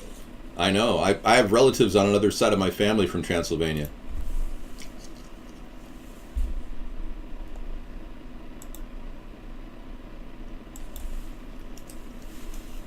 But I don't want to talk about it. Yeah. What do you think about the UK? I'm curious. Oh, yeah. What about the UK? Are you talking about London, the city, or the United Kingdom? Two different entities. Let's talk about the 1871 Act, the Act of 1871, where our government essentially restructured as a corporation. And this person earlier was saying that this is a very serious problem. It is. There is two separate entities. There's the United States of America and there's the United States Corporation. They're two legal entities, believe it or not. The Constitution is the order of the law for the United States of America. Now, in 1783, we've created our own sovereignty in the Paris Treaty. And our nation was given a sovereignty as a result of working out relations that make it pay back its debt to England. Well, that debt to England, ironically, is tied to our Constitution. This original document didn't have a Bill of Rights attached to it. Those are all amendments. This original document, the Constitution, was an actual debt agreement we created in 1787, 4 years after the 1783 Paris Treaty. I think I'm better looking than Will Ferrell, but thank you. The Paris Treaty itself is still in force as the articles of our sovereignty. But in 1871, our government restructured as a corporation and started taking on departments like the Department of Defense, which a corporation would have departments. Department of Interior, Department of Education, etc. The City of London still owns debt, sovereign debt, with the United States of America, meaning the arch treasurer of our nation is still the King or Queen of England because we still have sovereign debt to Belgium. I'm just giving you some background here. So in order to erase our debt, we're going to have to bankrupt the United States Corporation. It's already in bankruptcy, but we have to finalize the bankruptcy. And I think we are going to also end up retiring the Federal Reserve. There is a buyout clause in the Federal Reserve Act that we can eventually retire them and move on. You can work on my campaign if you want. Freedom Friday, yeah. You've entered it, the zone. I would say the no spin zone, but it's really It really is the Freedom Friday zone. I think he trademarked that. I think Bill O'Reilly trademarked the no spin zone. Yes, you can certainly apply. Send your application to americasthirdparty@gmail.com. Well, there you have it. The concession of King John of 1213 ceded the crown to the Vatican. Wow, didn't know that. The buyout clause would probably amount to about $1 billion, but we would acquire $8 billion in buildings, which would more than pay back the amount of money to buy out the Federal Reserve. They, however, can take all their capital gains and run. Now that's a problem. The fact that they can do all of this legally under the existing Federal Reserve Act is very, very shocking, but there's no oversight over their investments, foreign investments. Only their operating expenses are looked at by the Government Accounting Office, but for the most part, they're a private organization with no oversight. Okay, the mark is near. It's already started, according to this article. The mark of the devil. The Swedish office block is offering workers the opportunity to have a microchip implanted under the skin of their hands. This RFID chip, about the size of a grain of rice, lets users open doors, swap contact details, or use a photocopier with a wave of a hand. Could this be the beginning of the mark of the beast? No, it's Israelis, Jewish people. Forget wearable technology. Swedish office worker Lynn Kowalska is having it implanted under her skin. No way. A microchip about the size of a grain of rice is injected into her hand. It felt pretty scary, but at the same time it felt very modern, very 2000. All right, ladies and gentlemen, this is Chris, a.k.a. Born on 11/9/70. Instead of ID cards or passcodes, workers who sign up for the implant can now open doors with the wave of a hand. The chip also currently lets workers swap contact details via a smartphone. So they're trying to integrate this 666 into this disturbing process. I'm sure I'm related to the Queen of some capacity. Yeah, I don't know exactly how, but on both sides of my family I've got relatives, I believe. The Queen is German royalty. You know that, right? The Queen of England has German background and royalty, so I'm not sure how close of a relative I am to her. Somebody told me I might be related to her. Yes, Louis, close your eyes and hope for the best. Try not to vomit during your first encounter with blood and guts. Have you a lot of experience with blood and guts, Louis? Have you had any time to see spurting arteries and things? Yes, the president has a private doctor. You dissected a cadaver? That's nothing.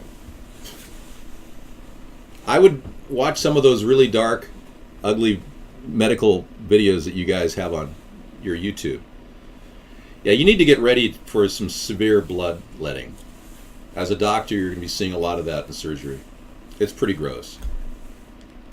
If you didn't know that already, then you wouldn't even be cut out for this. But I think you already know you want to be a surgeon, right? Scotland has oil. London is a city which most money flows through. That's true. You don't mind blood? Okay, great. You've tested yourself out. You didn't get faint. Okay. Hydraulic fluid, yeah.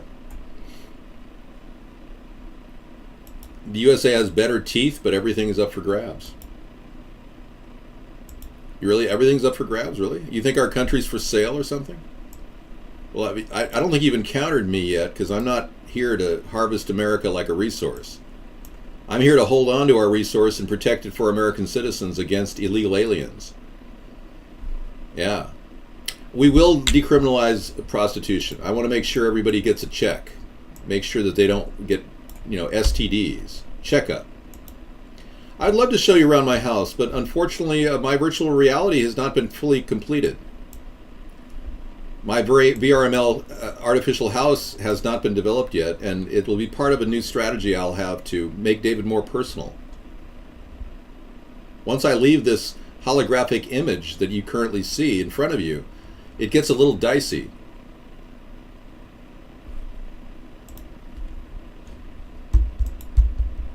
China and foreign investors have been buying on America. Yeah, I know. They're like gnawing on America. They're harvesting us like a resource. Now just show us your house. I can't do that. I don't want to do that, number one. It violates my privacy. I have a hot tub, yes. I'll give you some pictures that you could pretend like could be my house. Would that make you feel better? I mean, you know, kind of like, why don't you check out my closet? Okay? There you go. Now I can show you my closet, and I can be in the closet. Would you like me to pull out some wardrobe for you to, you know, show you what kind of jackets I have? My Armani imaginary jacket collection, which costs thousands of dollars that I never spent. I wake up whenever my body it revives me, probably about 7 in the morning. I'm not in a closet. No, it may appear like I'm in a closet, but I don't have an Armani coat. If I did, I'd be wearing it on this show. I take vitamins rectally.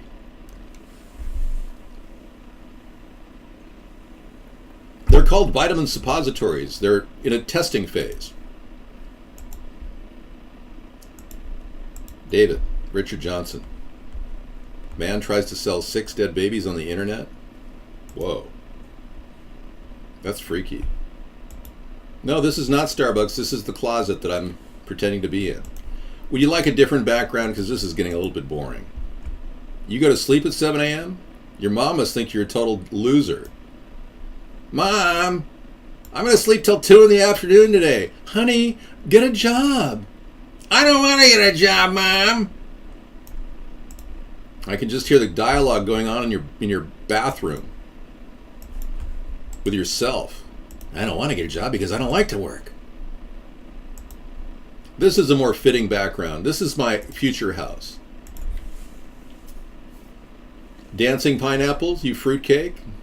That's inappropriate. Your mom is dead? That is not nice. I'm so sorry. My condolences to your dead mom. David, give us an idea of how a typical day is for you. What do you do? Well, my processor starts at 7 in the morning. I boot up my hard drive, my octa-quad Gore system immediately fires memory chips into my bus server, which then processes 4 quadrillion computations at the second I wake up. He boots up, yeah. I get my coffee right away. This is you gotta get a cup of coffee going into you as soon as you wake up. If you don't get a cup of coffee in you, life is not even normal. Yeah, it's the people's house, Seymour. Yeah, Obama's calling it the people's house, but that's because he's turned it into the Newport cigarette collection zone. And now the walls are a little bit different.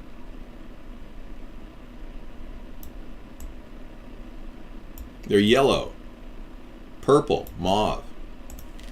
This is the White House today. When I get in there, I'm gonna get in there and start painting immediately. Cover up all that nicotine from his Newport cigarette addiction. Well, let's be clear. It's almost the pre-show, so we can talk candidly about Obama's addictions. I think it's important to discuss all of his addictions up close and personal. Let's not forget, he is a non-stop cigarette smoker. We know that for a fact.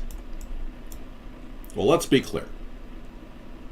He has a tendency to be chewing Nicorette gum wherever he goes in public. So we know he's smoking cigarettes. I don't think he vapes. He was addicted to Jay Carney. I wouldn't doubt that. Yeah. Well, he's got a lot of friends in Congress. Many of them recently were beaten up. This guy right here, Harry Reid, he got beaten up recently. We're pretty sure he was beaten up because he had like all kinds of major bruising. Remember, he tried to take the Bundy Ranch down to put up a Chinese solar operation? But Speaker of the House Boehner, he's not exactly who you'd think he is. Yeah, he's probably he's just a temporary player. He's not going to run for president or anything. I look like Iggy Pop. Well, you can prefer anything over coffee. It's just coffee keeps me rolling, man. It's cheap. It's a beverage that saved me $30,000 over the past 25 years. Actually, oh my gosh. I've been smoking, excuse me, I've been drinking coffee since 1985. Holy moly. It's 30 years. It's a very cheap drug, yeah. And, you know, they told me in a recent study done at the New England Journal of Medicine, 2009, they did a study. They showed that people that drink coffee for 25 or more years, 5 cups a day, have a 51% reduction in prostate cancer. Well, I'm not having children right now, so I guess I can stand to lose a few sperm cells. I've been smoking my coffee. Yeah, it's so good. And man, I make a really mean Colombian coffee with a hazelnut flavoring added to it. It's incredible. Well, it could have been a Freudian slip, but I don't smoke. I vape. Yeah, whenever I want to, you know, hit the oregano, I vape my oregano. Fun fact, coffee is actually a depressant. If you drink a cup and lie down, you fall asleep. Especially if you've got caffeinitis. It'll put you to sleep. You know that coffee actually is a depressant for people with brain damage? So maybe you've got brain damage, guess 156. Yeah, well, this is the thing. Liquid Angel, our government was completely bought off. Lewis, that's not true. 97% of all men will develop prostate cancer by the age of 97. You've misread your statistic.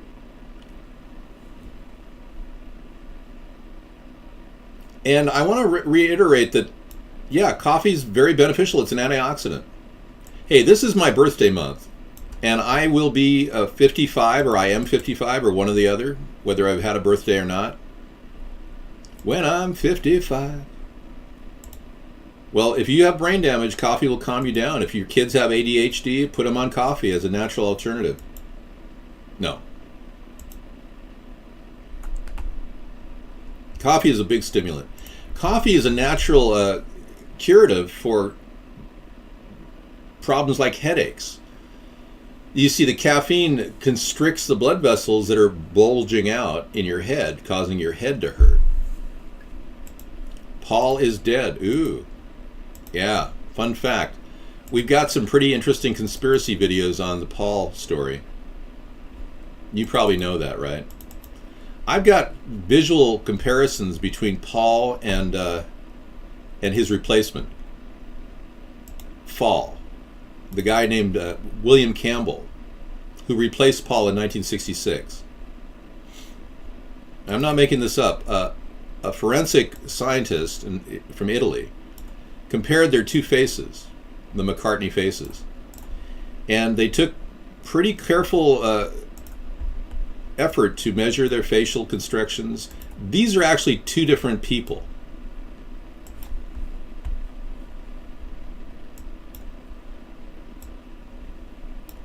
Seriously. You don't believe me? What if I told you that I was Paul? Would that work? What if I was Paul McCartney?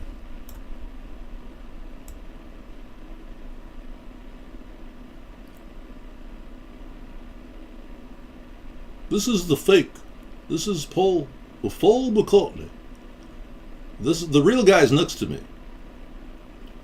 Yesterday, I'm not half the man I used to be. There's an imposter standing next to me, who is Paul McCartney. Yeah, so it came as a shock to me when I realized that I was not Paul McCartney, but that somebody had actually taken his place. So I went into a detailed research of the Paul McCartney story, and luckily for you, I've got the actual study. Forensic science done on the picture.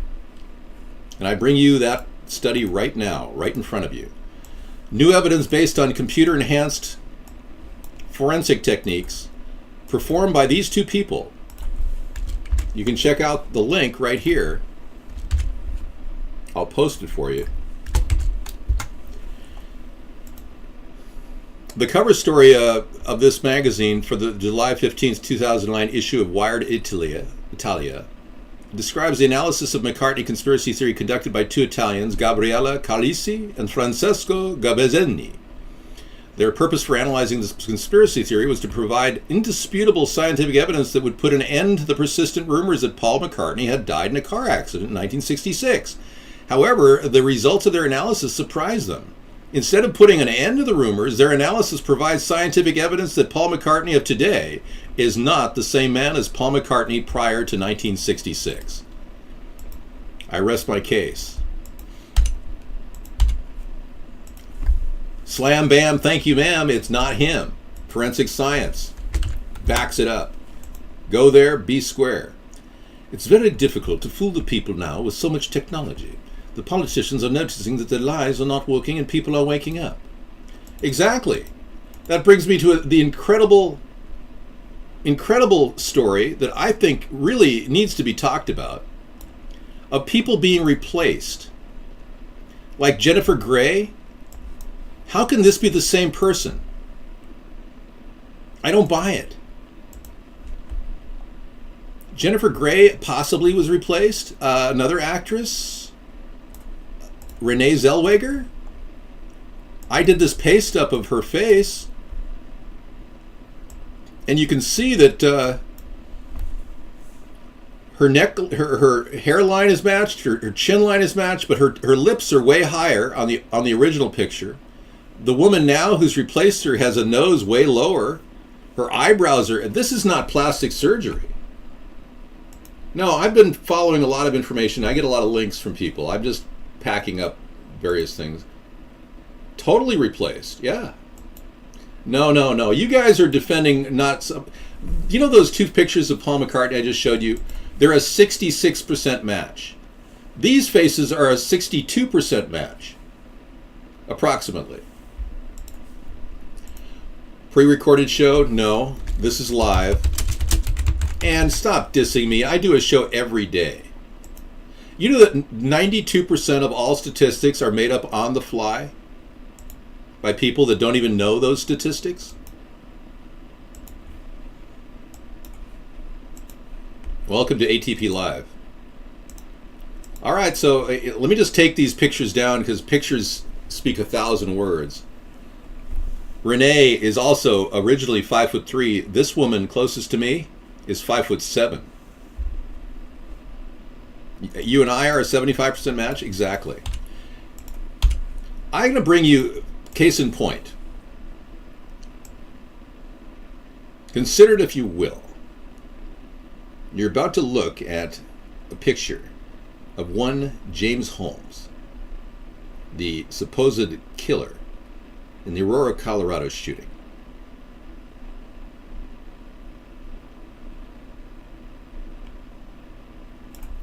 What you're about to see is quite disturbing. This isn't the same guy. This is not the same guy. I mean, you could say that anybody could be this guy. I mean, literally. Could even be me. I gotta be me. I gotta be me. Da da da da da da da da. I gotta be me. No, I don't fit into that picture very well. I gotta be me. So technically, I could be this guy, you know, in theory. I mean, if you believe he's the guy, then you probably believe that I'm the guy too. Hi, everybody. We're all James Holmes. And you're an idiot. Ha ha ha ha ha. Yeah, and you're an idiot that believes what you see. Ha ha ha ha ha. Yeah, technology's getting pretty serious and it's fooling people. This show is not so stupid. You're an idiot for believing that these people in front of you who are being held up in trial I'm going to give you a chance. I'm going to purge you. This is not new, Ann. This is old stuff that is never sorted out. And Ann, do you really want to stay in the room? If you want to keep dissing the show, I am going to ban you permanently. Perma-ban, Ann. Getting close. You're almost there, Ann. Keep it up. It's not old. A lot of people haven't seen any of this. You just happen to... I'd sure your coffee is drink. Well, I'm not drinking Maui Wowie. I mean, this is serious. I'm not bringing up the same crap because people haven't heard the same crap. You think everybody's seen the show 1,000 times and continue to do transgender impersonations, Ann? Not everybody's like you. You know, Bruce Jenner is finally talking about becoming her. They pull the Bruce Jenner story every time they want to take our mind off of Hillary Clinton. What better way to talk about something else besides Hillary's kind of contribution to Uranium One, a Russian mining operation? Yeah, we don't want to talk about anything to do with Hillary, so we bring up Bruce Jenner. Yeah, see how quickly your mind immediately drifted into some other land? Yeah, you don't want to bring up the truth about Hillary. They don't want to let you talk about how her incompetence resulted in the death of 4 Americans in Benghazi. No, we would much rather talk about Bruce Jenner's sex change operation. Well, it could be a 2-hour special. I do a non-stop show, so please don't demoralize me. You think this is easy? It takes a lot of effort to talk non-stop for 4 hours. So instead of talking about the elephant in the closet right here, let's talk about Bruce Jenner becoming a her. For the first time, about how he's ready to put a lifetime struggle with gender identity behind him, embrace being transgender, and live the rest of his life as a woman. Yeah, he could date Chaz, Bono. He and Chaz could hang out. Be kind of cool. Bruce Jenner becomes the lover of Chaz Bono. You can only imagine how that is. Look, I'm not here to say that everybody's been replaced by star whackers. I mean, that's like saying that Bono is Robin Williams. They may look alike, but they're not the same person, okay? Or are they? Okay, any questions? Look, guys.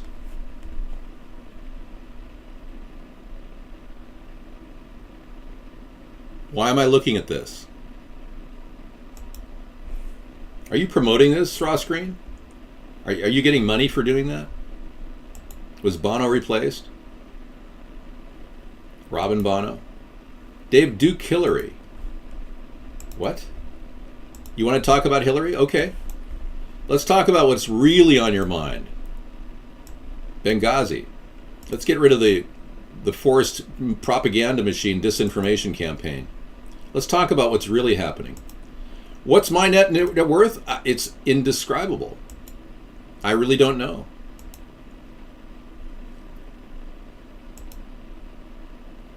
Milton Friedman? I did debate Milton Friedman in 1978 when he was still living. I had a 15-minute debate with him and I beat him on every single point. Stay on Hillary. I know she sees me as a threat. She doesn't want me to become president. Bill Hicks, oh, he's been outed. He's actually, yeah, good question. Bill Hicks is actually Alex Jones. You didn't know? Okay. I'm sorry to be the first person to bring it to you, but he might as well tell you himself. Are you rolling? You ready for this? Yeah, I'm ready. I can't believe it's come to this, but they cornered me, I've got to be honest. It's gotten too big. I've just got to admit it right now. Okay. This is just really hard for me to do. Telling the truth is hard for him to do. I've been doing this so long, it's hard to give up. Give up on the character and go back to who I really was. Yeah, just be who that really is. Okay, go ahead. You got me, okay? I got you. Yeah. Are you happy now? I'm happy, yeah. You bastards. Yes, I am Bill Hicks. Okay. So there is his admission right there. I don't think it's contestable at this point. Let's move on to Hillary. So, are we ever going to find out why she got rid of all the emails? Is she ever going to be charged with a Class C felony for violating public disclosure as Secretary of State? Are the Democrats ever going to question anybody? I mean, we've got an incredible party, the Democrats. They won't question anybody, not even Hillary. I don't want to play the rest. Do I have to? Well, you know, I don't think Hillary is going to win an election that eventually will defeat her. Everything she's got going is an attempt to avoid scrutiny. Executive immunity won't even keep her from this. This is an unbelievable statement about our society. The Republicans are too politically correct to question anything about Obama or Hillary. Her eyes speak words themselves. Yeah, good point. The Democrats won't question Hillary because they think that their power play is important and they need continued power. They're all about the power and the money. I can beat her if I just get to the mainstream media. I can beat this woman in any head-to-head battle on any issue. She will stumble when I push her to the edge. She will not have the necessary responses to my retorts in a head-to-head debate. She won't. She can lay all kinds of stuff out for me, and I'll just eat them up and turn them into food for thought for a lot of people. She looks like she could have thyroid problems. We know she has brain disorders. We know she had a major problem with her head, a head injury that kept her from testifying about Benghazi. Conveniently.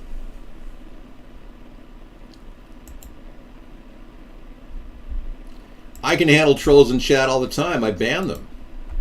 In a debate, people don't come on saying, show me your body part. You know, it's not like a debate. A debate where you people actually talk about the issues instead of coming in here like a bunch of perverts saying, you're gay, I know you're gay. You know, that's different. And by the way, that is a crime to call a person gay who's not. I hope you realize that. Sexual harassment. She doesn't seem cool at all. The woman is a babbling idiot, and I will prove it. Well, let's be clear. Rodney, you're losing. I know you're on fear right now. Rodney's afraid. You can always tell when he's afraid. I can smell fear a mile away. I mean, she has no hit points to talk about. She starts talking about adult camps, and pretty soon... As I have gotten older... Check this out. I have decided we really need camps for adults. And we need the kind of camps that you all run. I mean, really, where, you know, none of the serious stuff, none of the, you know, life challenge stuff, more fun. I think we have a huge fun deficit in America. And we need to figure out how to fill that fun deficit, certainly for our kids, but also for the rest of us. You know, we've become... So I think we got a solution here, Paul. FEMA fun camps. So we need FEMA fun camps, yeah. Hey, Paul, what's up? What's the question? A little tongue-tied there, Paul. Next time, write your question down and come into the chat show and read it. Dave, I have a question for you. This is my question. Is this Paul McCartney? You got your bug-out bag made last night? I showed you guys how to make a 10-minute bug-out bag last night. Isn't that cool? Yeah. Get busy, I'm telling you. Put it in your trunk. You'll need it.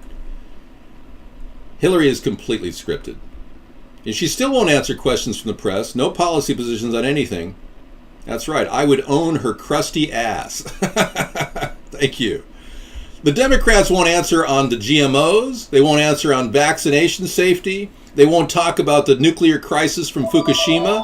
They won't talk about the evolving crisis from the Gulf of Mexico oil spill, which Barack Obama was complicit in. No, Paul, we're not going to... You don't qualify.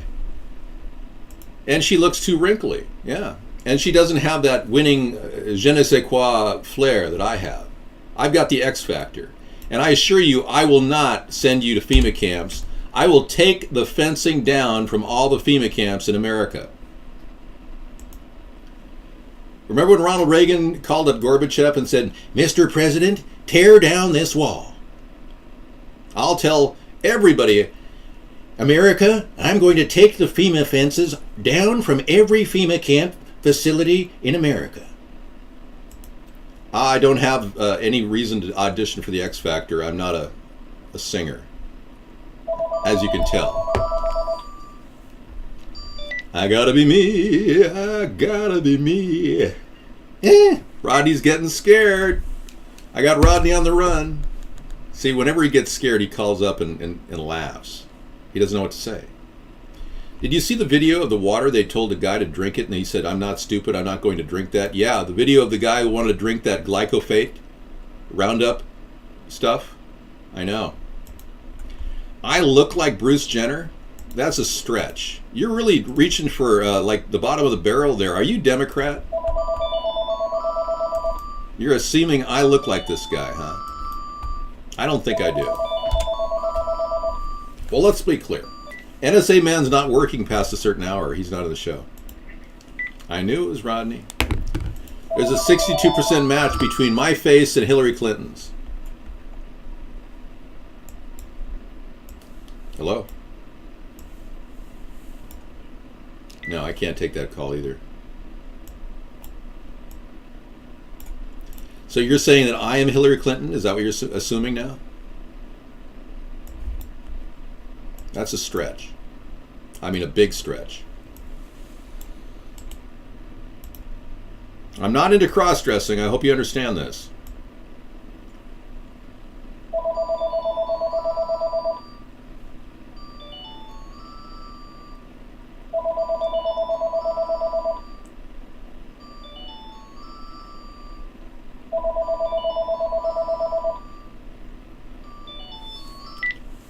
Hello? I'm sorry, I can't talk about Benghazi right now.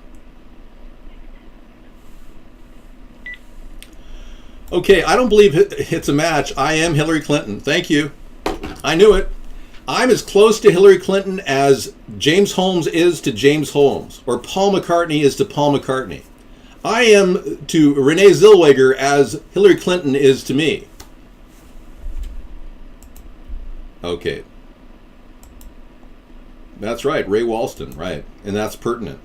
Okay, we've got more things about Jade Helm. Let's get more fearmonger stuff. Let's bring it in. It's time to start getting really, really freaked out for the weekend. By the way, tomorrow's anti-war rally, in case you want to come in and help get the anti-war rally started. Here's the military vehicles that are spotted behind Midland, Texas Walmart, everybody. Check it out. Thank you for that link. Dabu7 is reporting that Underground World News has just sent a video footage of military vehicles being hidden at a Walmart in Midland, Texas, right in the very area where the Jade Helm exercise will take place. I'm glad that Dabu7 is getting this information out. Go ahead. Don Tony, okay. This is Dabu7 reporting on Texas and what's happening there. I want to let everybody know I have a trove of video footage and pictures from across the country that I'm going to be releasing. I'm going to put out a couple big videos. Right now I got a little problem on my hands here. I got to get rid of a plug-in. Yeah. I'll give you a minute. Okay, yeah, what's your... What's a plug-in? Technical? Yeah, Shockwave. Shockwave. We need a new caller. Anybody call besides Don Tony. Go ahead, Don. What's your question? Do you think that the European Union could survive, like not go bankrupt with fiat currency that's backed by nothing?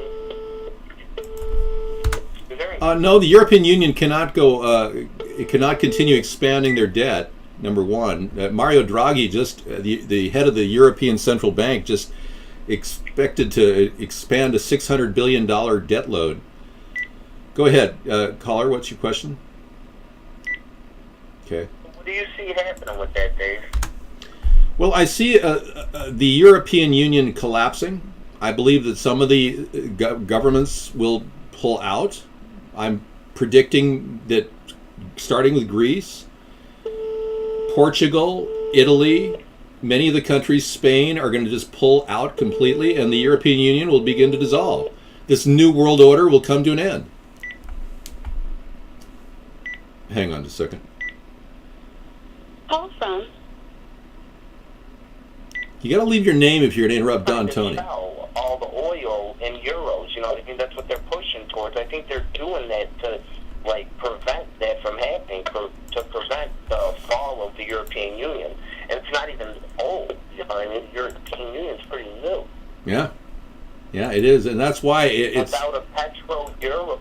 I'm sorry, go ahead. There's a situation going on where the European Union is really a rebranding process for the monarchies of the past. They want to get a new look.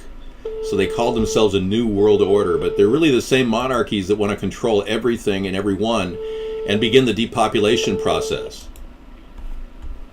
Okay, we'll take that call. Go ahead. Call from.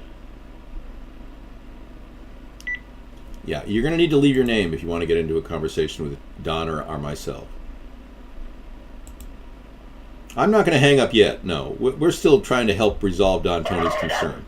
Don, are you suffering from a cold or something right now? You sound a little hoarse. No,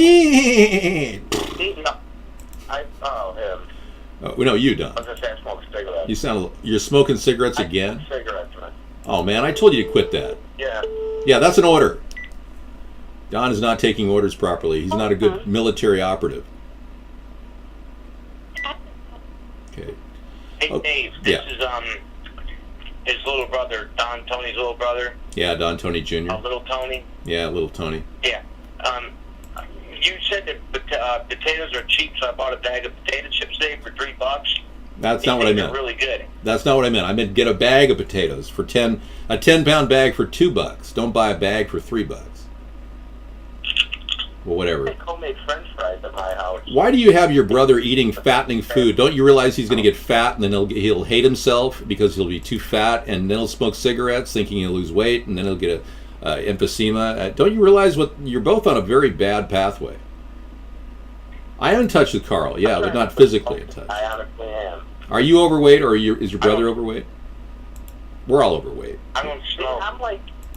I'm 5'8", 5'9". I'm like 190. So I'm a little overweight. You're a little overweight, yeah. And your brother's about the same. So you're both eating potato chips and thinking you're going to lose weight and get your girlfriend. And you're both living at home. This is getting worse and worse for both of you. I mean, seriously, you need to get your act together. Get a better diet so you won't get high blood pressure. Quit cigarettes and go get yourself a girlfriend. In modern society, girls are more interested with guys with money than looks. So. Yeah. Tell that to if you had a lot of money, you're right. But you're really kind of lying to yourself, because that's just a common misbelief. Most women are attracted to looks. No, first and foremost. I'm actually really good looking, no lie. Oh, I can tell just from listening to you. You seem really good looking. Ladies call me only Adonis. No, I really am. No, yeah, I can tell. Yeah, I mean, I get complimented on my looks. I'll give you an example of what you probably look like. You probably look like Sean Penn. Facebook, Dave. Yeah, you look. Are you as we're good going to looking go to as the Sean panel in a Penn? minute, but I want to ask you. You're as good looking as Sean Penn? I'm not good looking, I don't think. You don't think Sean Penn's good looking? Facebook, Dave. I look like Johnny Depp, kinda. You do? Oh, wow, that's exciting. Yeah, a little chubbier, but. Okay. Does that turn you on, Dave? I am not going to take calls from people like that anymore.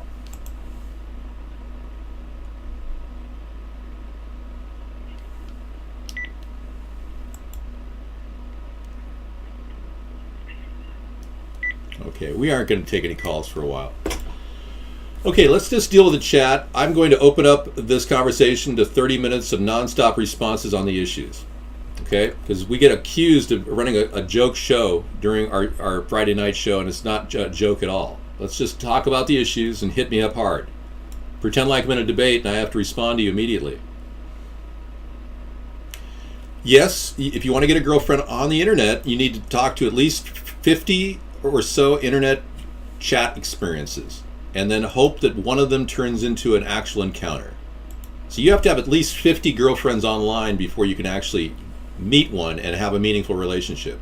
You need to talk about everything, including your pet peeves. Quantitative easing did not ease anything, Richard Johnson. It actually increased our demand for federal money from the Federal Reserve.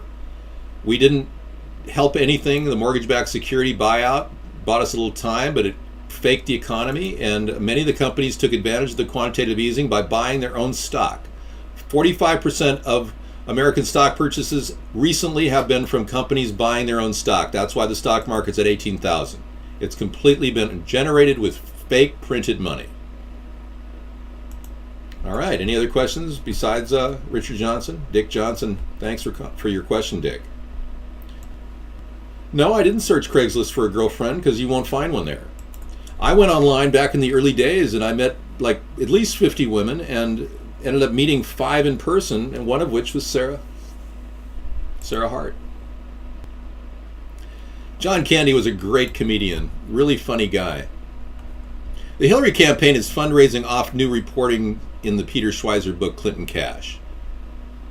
A Republican operative has written this book titling the Clinton Cash, talking about the ties to the Cook brothers. The Time magazine says one of the book's primary accusations is based on little evidence. Oh, okay. You know, I don't believe this story. I think it's propaganda because it's refuting that Hillary's not on the take. She clearly is on the take. This recent reveal at Fox News that Uranium One managed to get a uranium company built in Russia with ties to the Clinton Foundation. Well, it was kind of like a cyber romance. It was more like a cyber companionship search. I was looking for a companion in life, Richard. I wasn't looking for cheap sex. Sarah was a pizza delivery girl when I first met her, yeah. I went to her location and she had a friend visit to make sure I was legitimate and check me out, make sure I wasn't some creep. And I rolled in there and visited her, and I had a piece of her pizza. It was really good. Her company that she worked for made really good pizza. And then we met. And I'll never forget the feeling of joy I had when I first saw Sarah. It's like, I can't even describe it. Don't ban me, please. Sorry. No problem. Thank you for apologizing. Sarah is beautiful. I'm not in a popularity contest of beauty. Sarah's a beautiful woman. I wouldn't have dated her or gotten to know her if she wasn't attractive. I was primarily attracted to brunettes. I don't reveal any secret information about when we went to second base or third base. And what makes you think we have been to third base? I've had Hawaiian coffee. I like Colombian better. Hawaiian tends to be a little bit too bitter.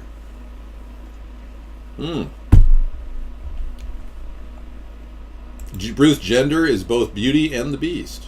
I don't know what third base is. I never really could figure that out. Newsweek, How America's Policy Became Army, 1033 program. An unarmed black man paralyzed by Florida sheriff's deputy is suing the police department over the shooting. Wow. Thank you, 648. I'll be anxious to check that out. No, Sarah would never say anything such a... You guys are really perverted. No, I wasn't naturally attracted to young women. I tried to, I had a couple online experiences that were with older women that were career-oriented, never had any kids, that were in their 30s, late 30s, and it just didn't click. A lot of them were divorcees with kids that I talked to online. I remember one horrible situation where the woman was dying of cancer, but she claimed that she would perform oral sex on me in a motel room if I would just drive over to her house. It's like, I really didn't want to pursue that relationship. Well, I chose the internet because it was available, and I had the freedom to do that. Freedom Friday affords me that ability.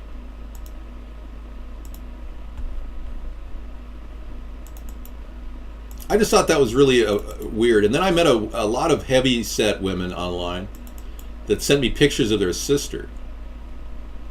And that was so strange because they were lying constantly about what was going on.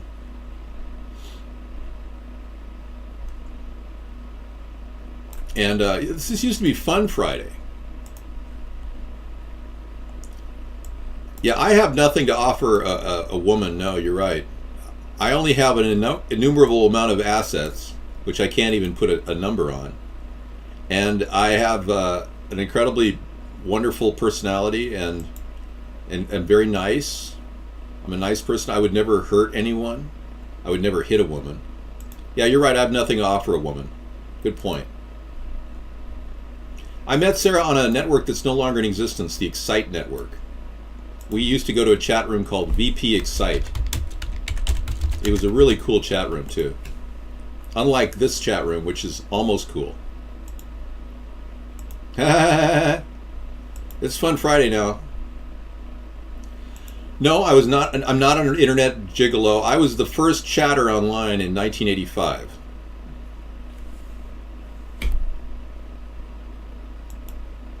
I don't think Hillary's had any experiences. Everything excites me. I get excited just breathing fresh air. When I'm not breathing diesel trucks blowing by my house at 60 miles an hour. I get excited just breathing fresh air or looking at the beautiful trees blowing the breeze when the jets aren't flying over my head dropping jet fuel.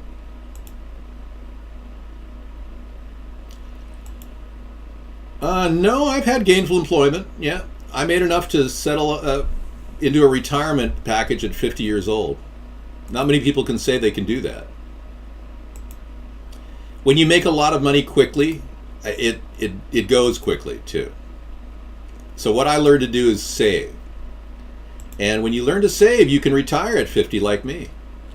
But if you're a spendy person, you're not going to be able to save enough to retire at 50. I did benefit from taking care of my family for 25 years, and out of that I did experience an inheritance. And I get to live in the house that I cared for my parents in. I invented budgeting too. I'm one of the first budgeters. I developed budgeting in 1967. I innovated the techniques that people like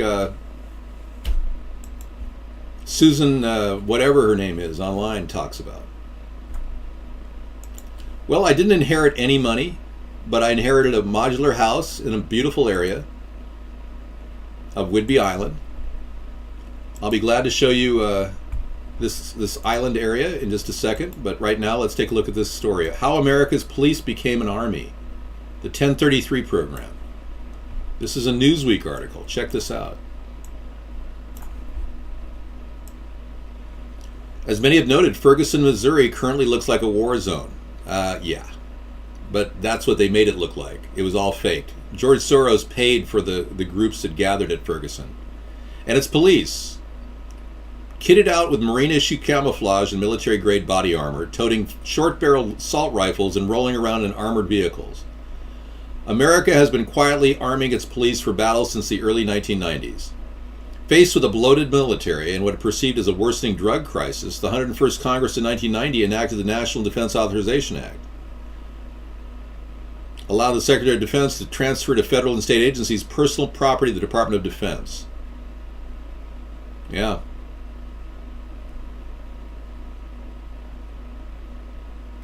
You know, what happened at Ferguson was not a big deal. The protests were all put on by the Occupy Wall Street group. Susan Powder, is she here? No, a modular home is a...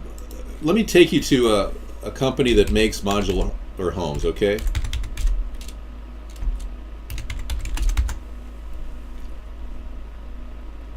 Here's a company that makes modular homes, Fleetwood Enterprises.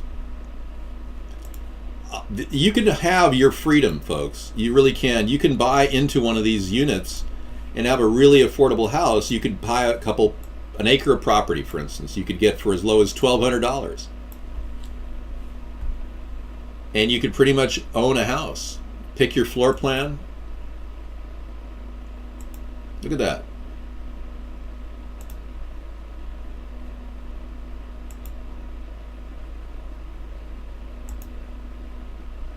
Where's your zip code? It wants to know my zip code.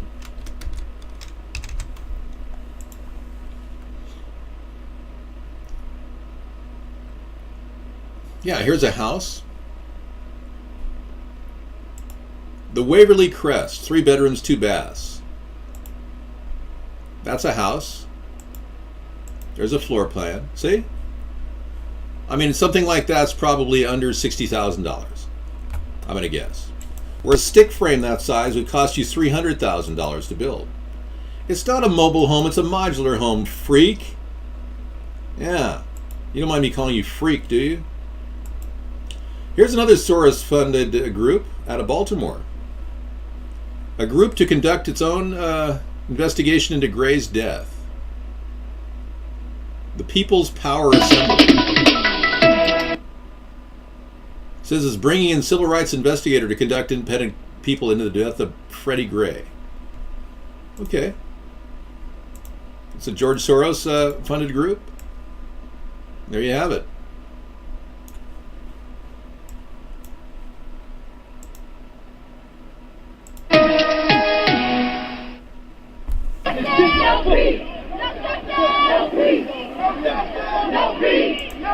Another day of protest planned in Baltimore as community members continue to call for action following the death of 25-year-old Freddie Gray.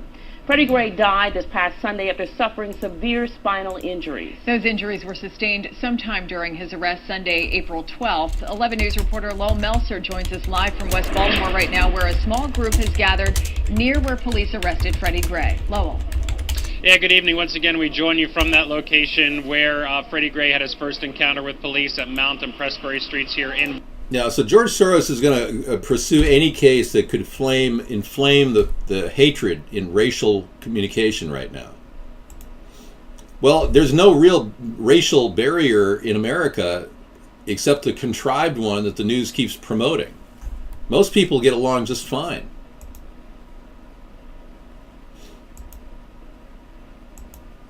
I know, they're going to let this group interview witnesses, I know. No, it's not that I'm handling a different opinion. What you're doing is trying to demoralize our show, and I will ban you from the show while you try to demoralize us. You know, I live in a really nice area. I have a view of the Olympic Mountains out my front yard. I'm 1 mile from the beach. Literally. I can walk on the beach. Yeah, you owe $150,000 on your $500,000 home, which is now going to be underwater soon, Richard. You don't have any financial freedom at all. You're a wage slave, Richard, and you're completely locked in on your payments. Oh yeah, the Puget Sound is beautiful. I moved up here. I checked the entire coastline of California, Oregon, Washington to find this area to settle because it is so affordable. It just so happens that I'm living near a naval air station. Unfortunately, I didn't expect it to be a naval air training area where they're going to fly F-18s over my house daily. They didn't do that when I moved in here. In fact, the realtor told me I was in the no-fly zone. Scout's honor. I'm not bitching, I'm complaining. Big difference. So I will be able to sell this place, I'm sure, to a military commander with a family of 4. I'm sure they'll get a good deal too. Well, one of the ways you can get ahead in life is to sell your house immediately, Richard, and take the money from the proceeds of your house, get out of your mortgage debt of $150,000, and go buy yourself a lot that you can put a nice modular on and be completely free of credit the rest of your life, and then retire. And you'll still save money. I'm sure you'll bank a couple $100,000 at that rate. It's time to move on. If you've been in a house longer than 20 years, you probably should start thinking about selling it. Number one, your resale value will continue to go down the longer you stay in that house. But the good thing is, if you've got a really good payment, Richard, and you're locked in on a fixed note, and you're kind of dialed in there, you're probably better off staying where you are. Because you probably wouldn't get a better house worth nearly $500,000 if you moved right now and lived in a bunker. You live in your bunker? You've been in your house for longer than 20 years? Well, your house is going to become unsellable once you reach a certain level where people start to slip into the 20 to 30 year range. And I have that problem right now. I've been in this house for about 20 years. So I'm going to probably put it up in the market in the next year or so. I'm pretty sure. We can move on from everything right now, yeah. So the divide and conquer strategy, Ron, is what they're using to create friction in between the races. You saw that happen when I did my blackface impersonation of Barack Obama. These people hated me, man. They came out of the woodwork to hate me. They saw my picture and they said, "Oh yeah, we're going to work this guy over." And they must have thought that I purposely did this because I'm a racist or something. Because I'm not.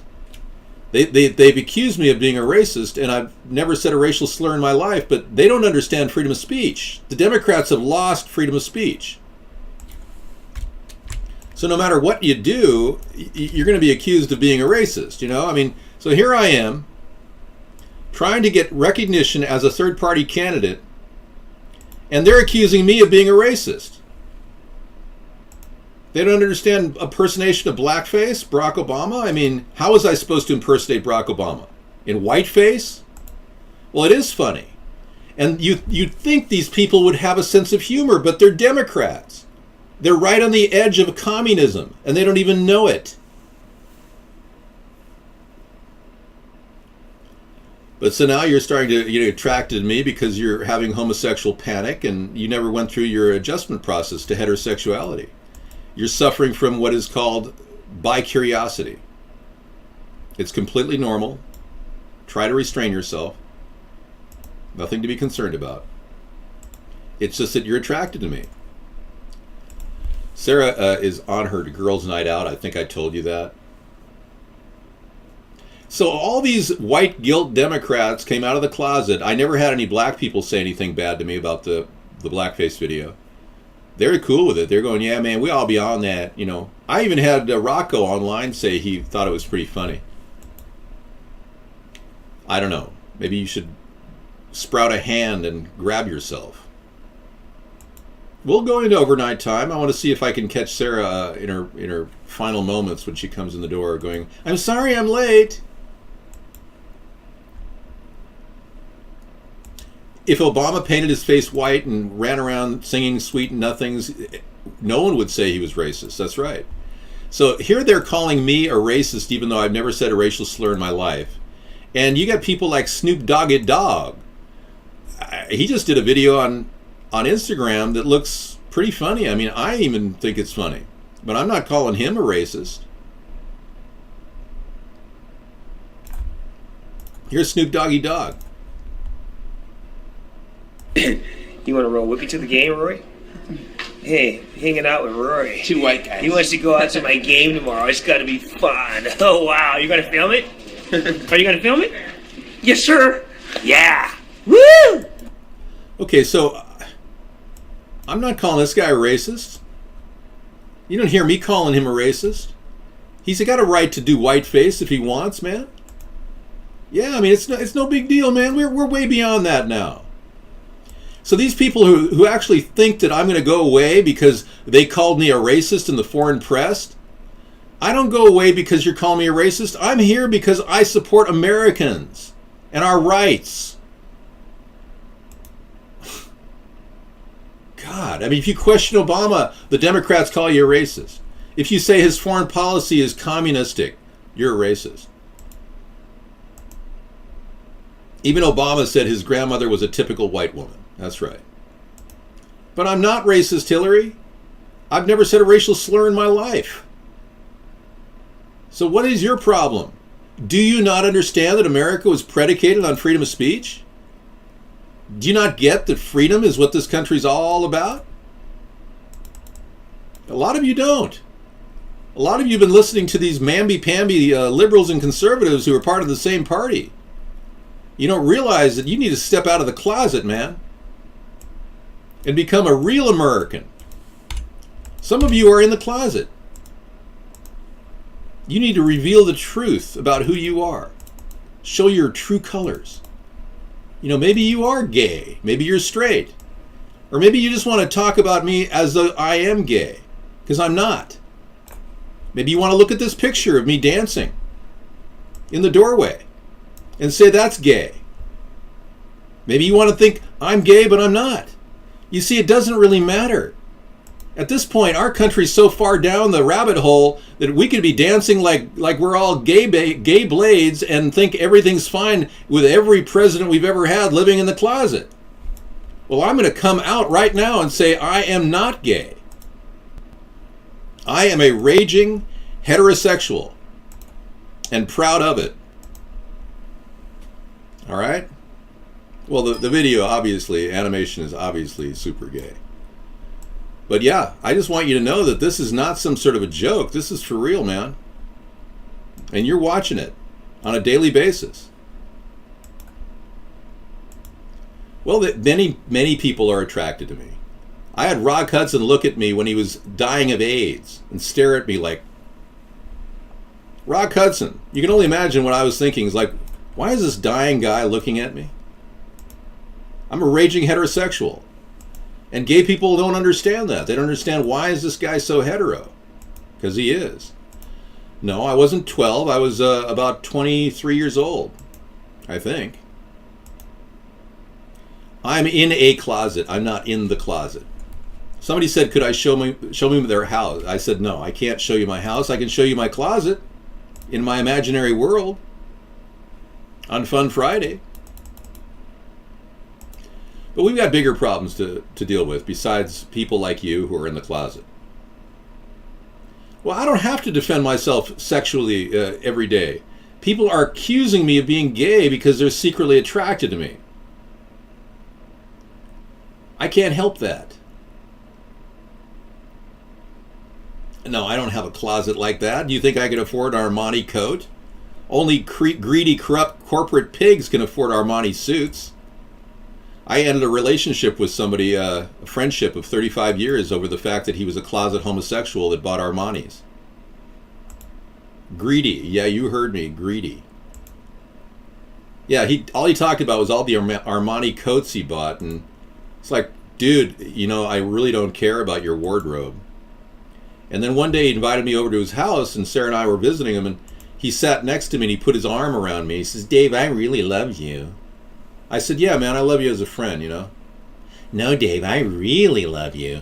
And it was just so weird, man. I got out of there. It was like it was creepy. It was like, get off of me, dude. I think he had an Armani butt plug. I drew the line, yeah. I put Sarah between us. And I said, Sarah, do you think we should get a motel just to get away from this guy? I practically did. He says, no, David, I've loved you forever. It's like, yeah, this is getting a little weird. So if you're accusing somebody who's hetero of being gay, it's sexual harassment. Hillary, that's a derogatory statement. I'm going to purge it and hope that you're going to straighten out your act. Because right now we're not real happy with you.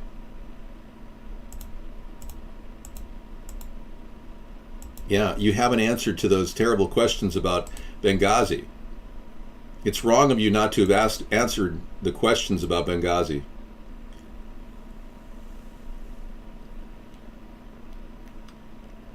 I don't have to say anything. I own you.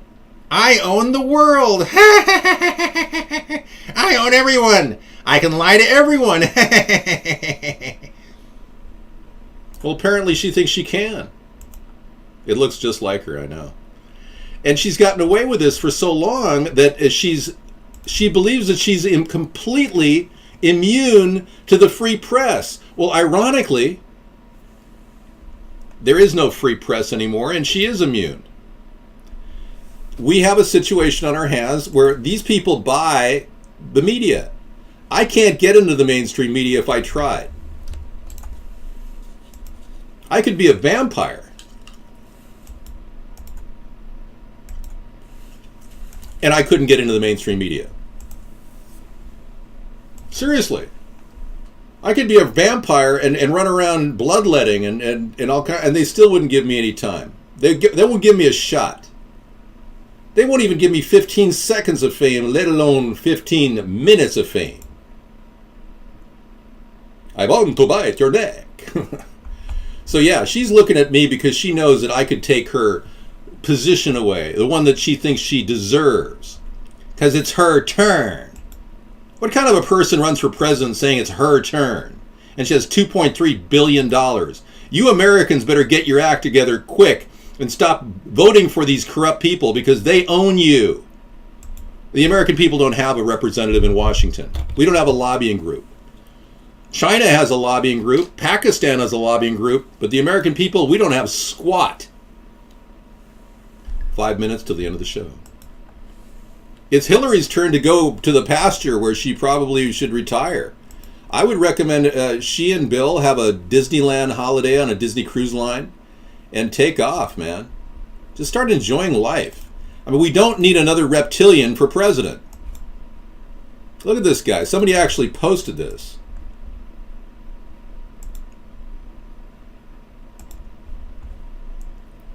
Accusing me of being a reptilian. Can you imagine? That's just ridiculous.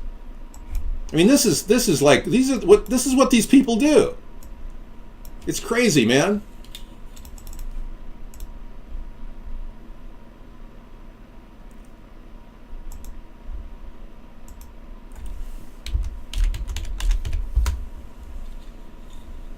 Well, I'm not a reptilian, I assure you.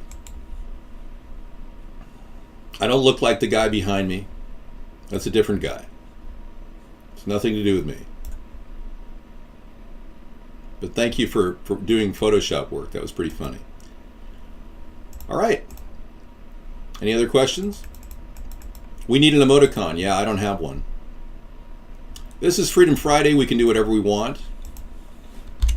If you'd like to stay for the extended show, I will talk about issues that are important to you.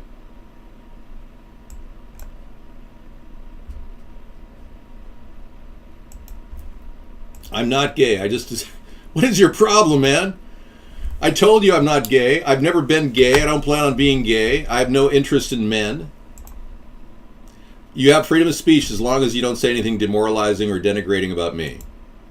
Are you a denigrator? Then don't come in here. I am suing 8894. We've already launched the initial process. But that's nothing compared to what's going to happen when criminal charges are placed against them for stalking, and then they will be spending some good time with Bubba.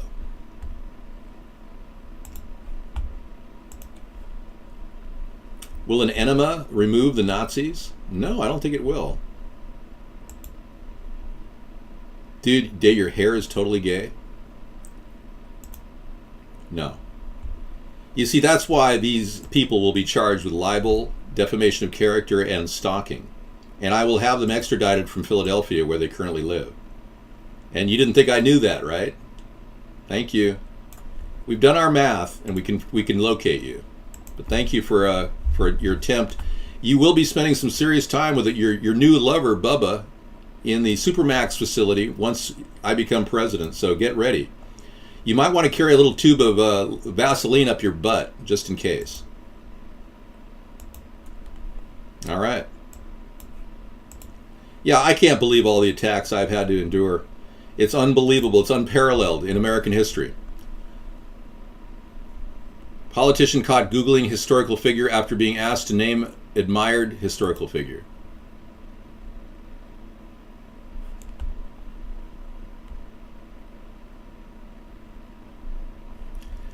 I don't think any of these stories are good. They're all pro-Democrat.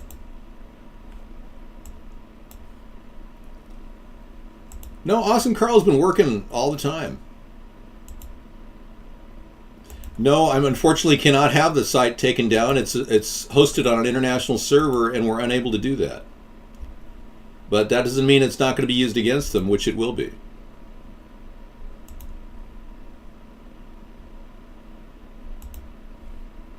It doesn't matter. Roche can misspell a couple things. It's perfectly fine. Are you the nitpicker, 419? Is that who you are? The day will come when the NSA will be tracking all of you down with your IP addresses. I don't want to tell you that's a good thing, because that's a bad thing, actually. But they're already positioned so that they can track you on the internet wherever you are. Yep. Well, many people are opening up Muslim restaurants, Arabic restaurants in our country. We have an open border policy under the Democrats, Republicans. I'm not going bald, as you can see. I have plenty of hair. You don't have anything on me, man. Yeah. You can't even accuse me of going bald. Well, I would love to answer your question, 905, but unfortunately this chat goes by pretty fast, and your chat question is already a half a mile down. Are you happy? Yes, I'm happy. I enjoyed doing the show as well, even though there's a lot of haters and attackers. French look hair. It's kind of cool, huh? It's great having hair like this. Yeah. You gotta like my hair. It's pretty rare. Rare hair. Yeah, go ahead.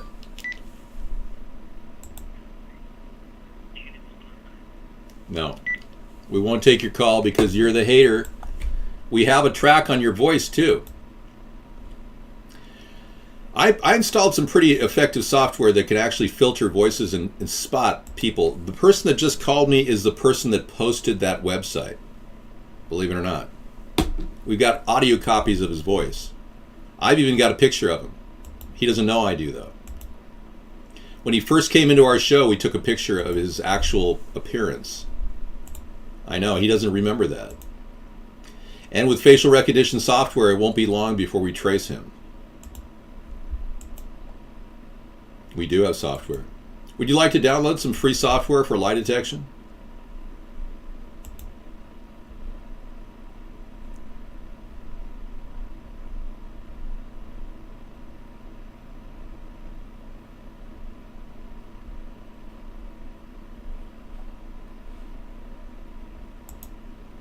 I'll be glad to give you a link.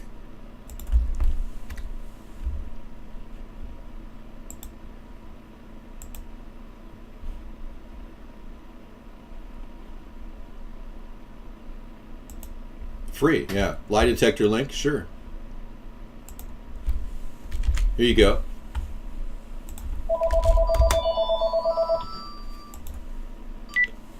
Go ahead. Yeah, we know it's you, dude. Yeah, we know for a fact it's you. 40 years ago? Tell that to the people that just died in the marketplace in Iraq, okay?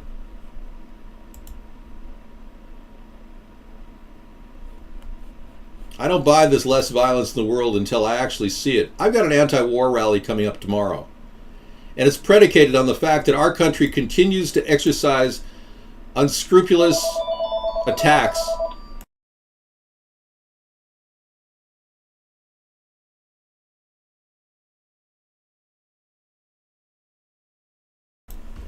I had to sneeze, sorry. Yeah. All right, no more calls today. Yeah, thank you. I had to sneeze. Hey, it's been great having. No, I don't smoke or drink or poke. I strictly, go to the bathroom.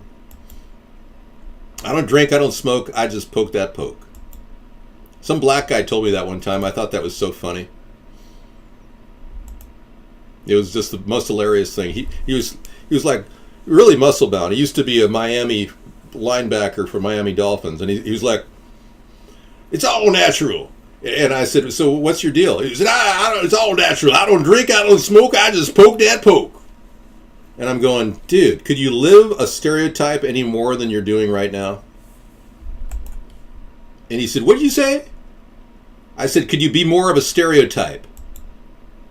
"What do you mean by stereotype?" He didn't understand a word I said. So I followed him around. He was selling jewelry at the airport. Actually, he gave him a ride. He gave me a ride in his Cadillac, and I followed him and just to track what he was doing. No, I'm not wearing eye concealer. I wish I was. I've got these dark circles under my eyes. It's terrible. Yeah, go ahead. Steve. Well, you sound interesting, Steve. Go ahead, Steve. What's your concern? Hey, Mr. Sponheim, how you doing? I'm doing okay, man. Hello? I hear you. Hello. That link from YouTube I sent you. Which link was that?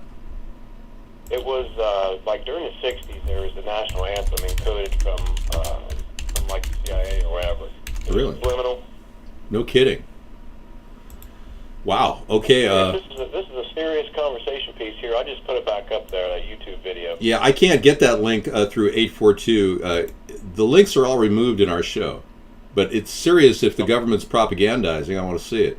Can you email it to me at americasthirdparty@gmail.com? I'll give you the link. YouTube, you just type in 1960 subliminal messages. Okay. This was actual national anthem we know at the closing of, midnight when the TV stations went off the air. Okay, great. And it says, like government is your God, and all this other No kidding. I want to check this out. It's really weird. I want to check it out. So I Google at youtube.com. I check out government propaganda. If you go to YouTube and you type in, the heading is 1960 subliminal messages. Okay, got it. And it's 2 minutes and 23 seconds long. You got to check this out. I will check it out. 1960s subliminal messages. Thank you. When the words go across the screen, the words will flip, and actually you'll see for a brief second, if you pause it, I'm not BSing you, man. You got to check this out. I'm going to check it right now. It's enhanced. I'm going to take a look at it. Let's take a look and see what this is, folks. Thank you for the call. Yeah, you're welcome. All right, take care, man. Have a good weekend.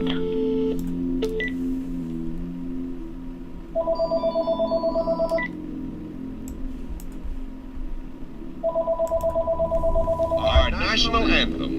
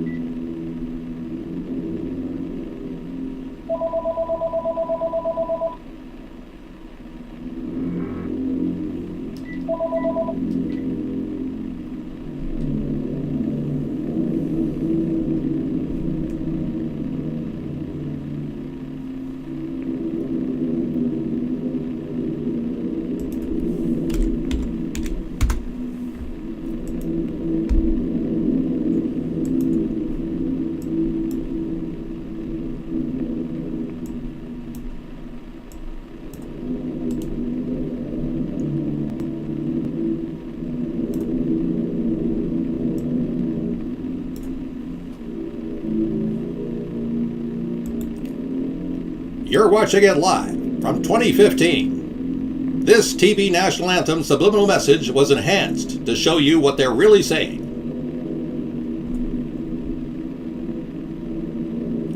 Wow. Amazing, huh? There's no way someone would take 5 minutes to make this video and post it on YouTube to mock conspiracists. You're right. No way at all. Is the elephant mating call part of the original subliminals, or is that the soundtrack? I think that's the whale mating call. Hey, what's up? So, yeah, you're coming in. Okay, so tell me where.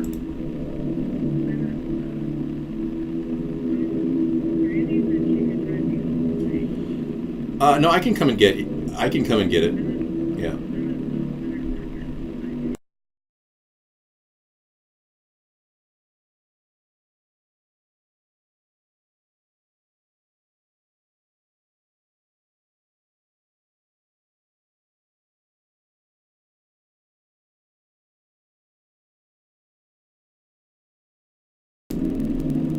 All right, yeah. So that's it, folks. That's all she wrote. Thank you for that great call and that reference to subliminal messaging dating back all this way.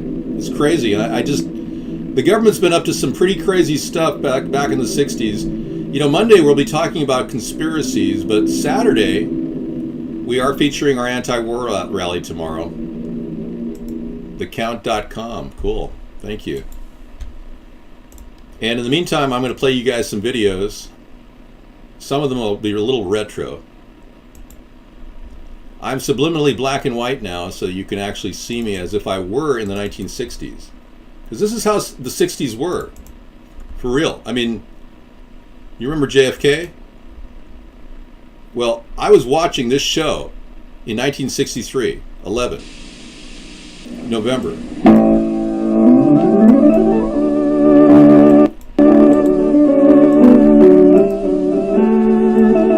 And now for the next 30 minutes, as the world turns. Brought to you by Instant Niagara and new Niagara Spray Starch, famous products of best food.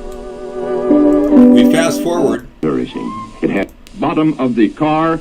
Bullet wounds were seen to be in his chest.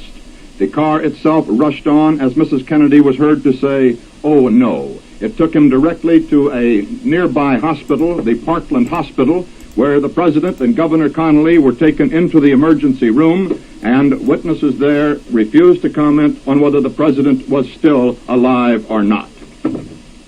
As the bullets were heard to wing out of the assassin's gun, Secret Service men unlimbered their automatic rifles, but the damage, of course, by then had been done.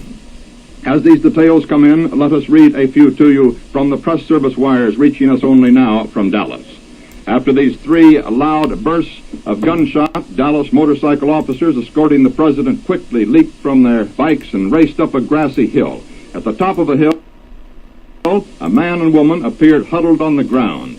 In the turmoil, it has been impossible so far to determine whether the Secret Service and Dallas police returned the gunfire that struck down Kennedy and Connolly, or whether this couple at the top of the hill, crouched down their inert forms as the police rushed them, were the would-be assassins.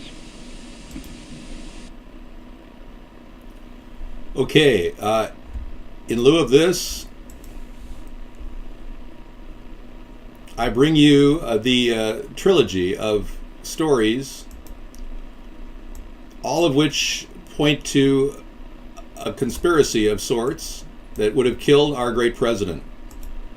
I'm going to play you a movie called JFK to 9/11, Everything is a Rich Man's Game, and it will blow your mind. So enjoy. See you tomorrow at 6 o'clock Pacific. Take care, everybody. Thanks for coming in.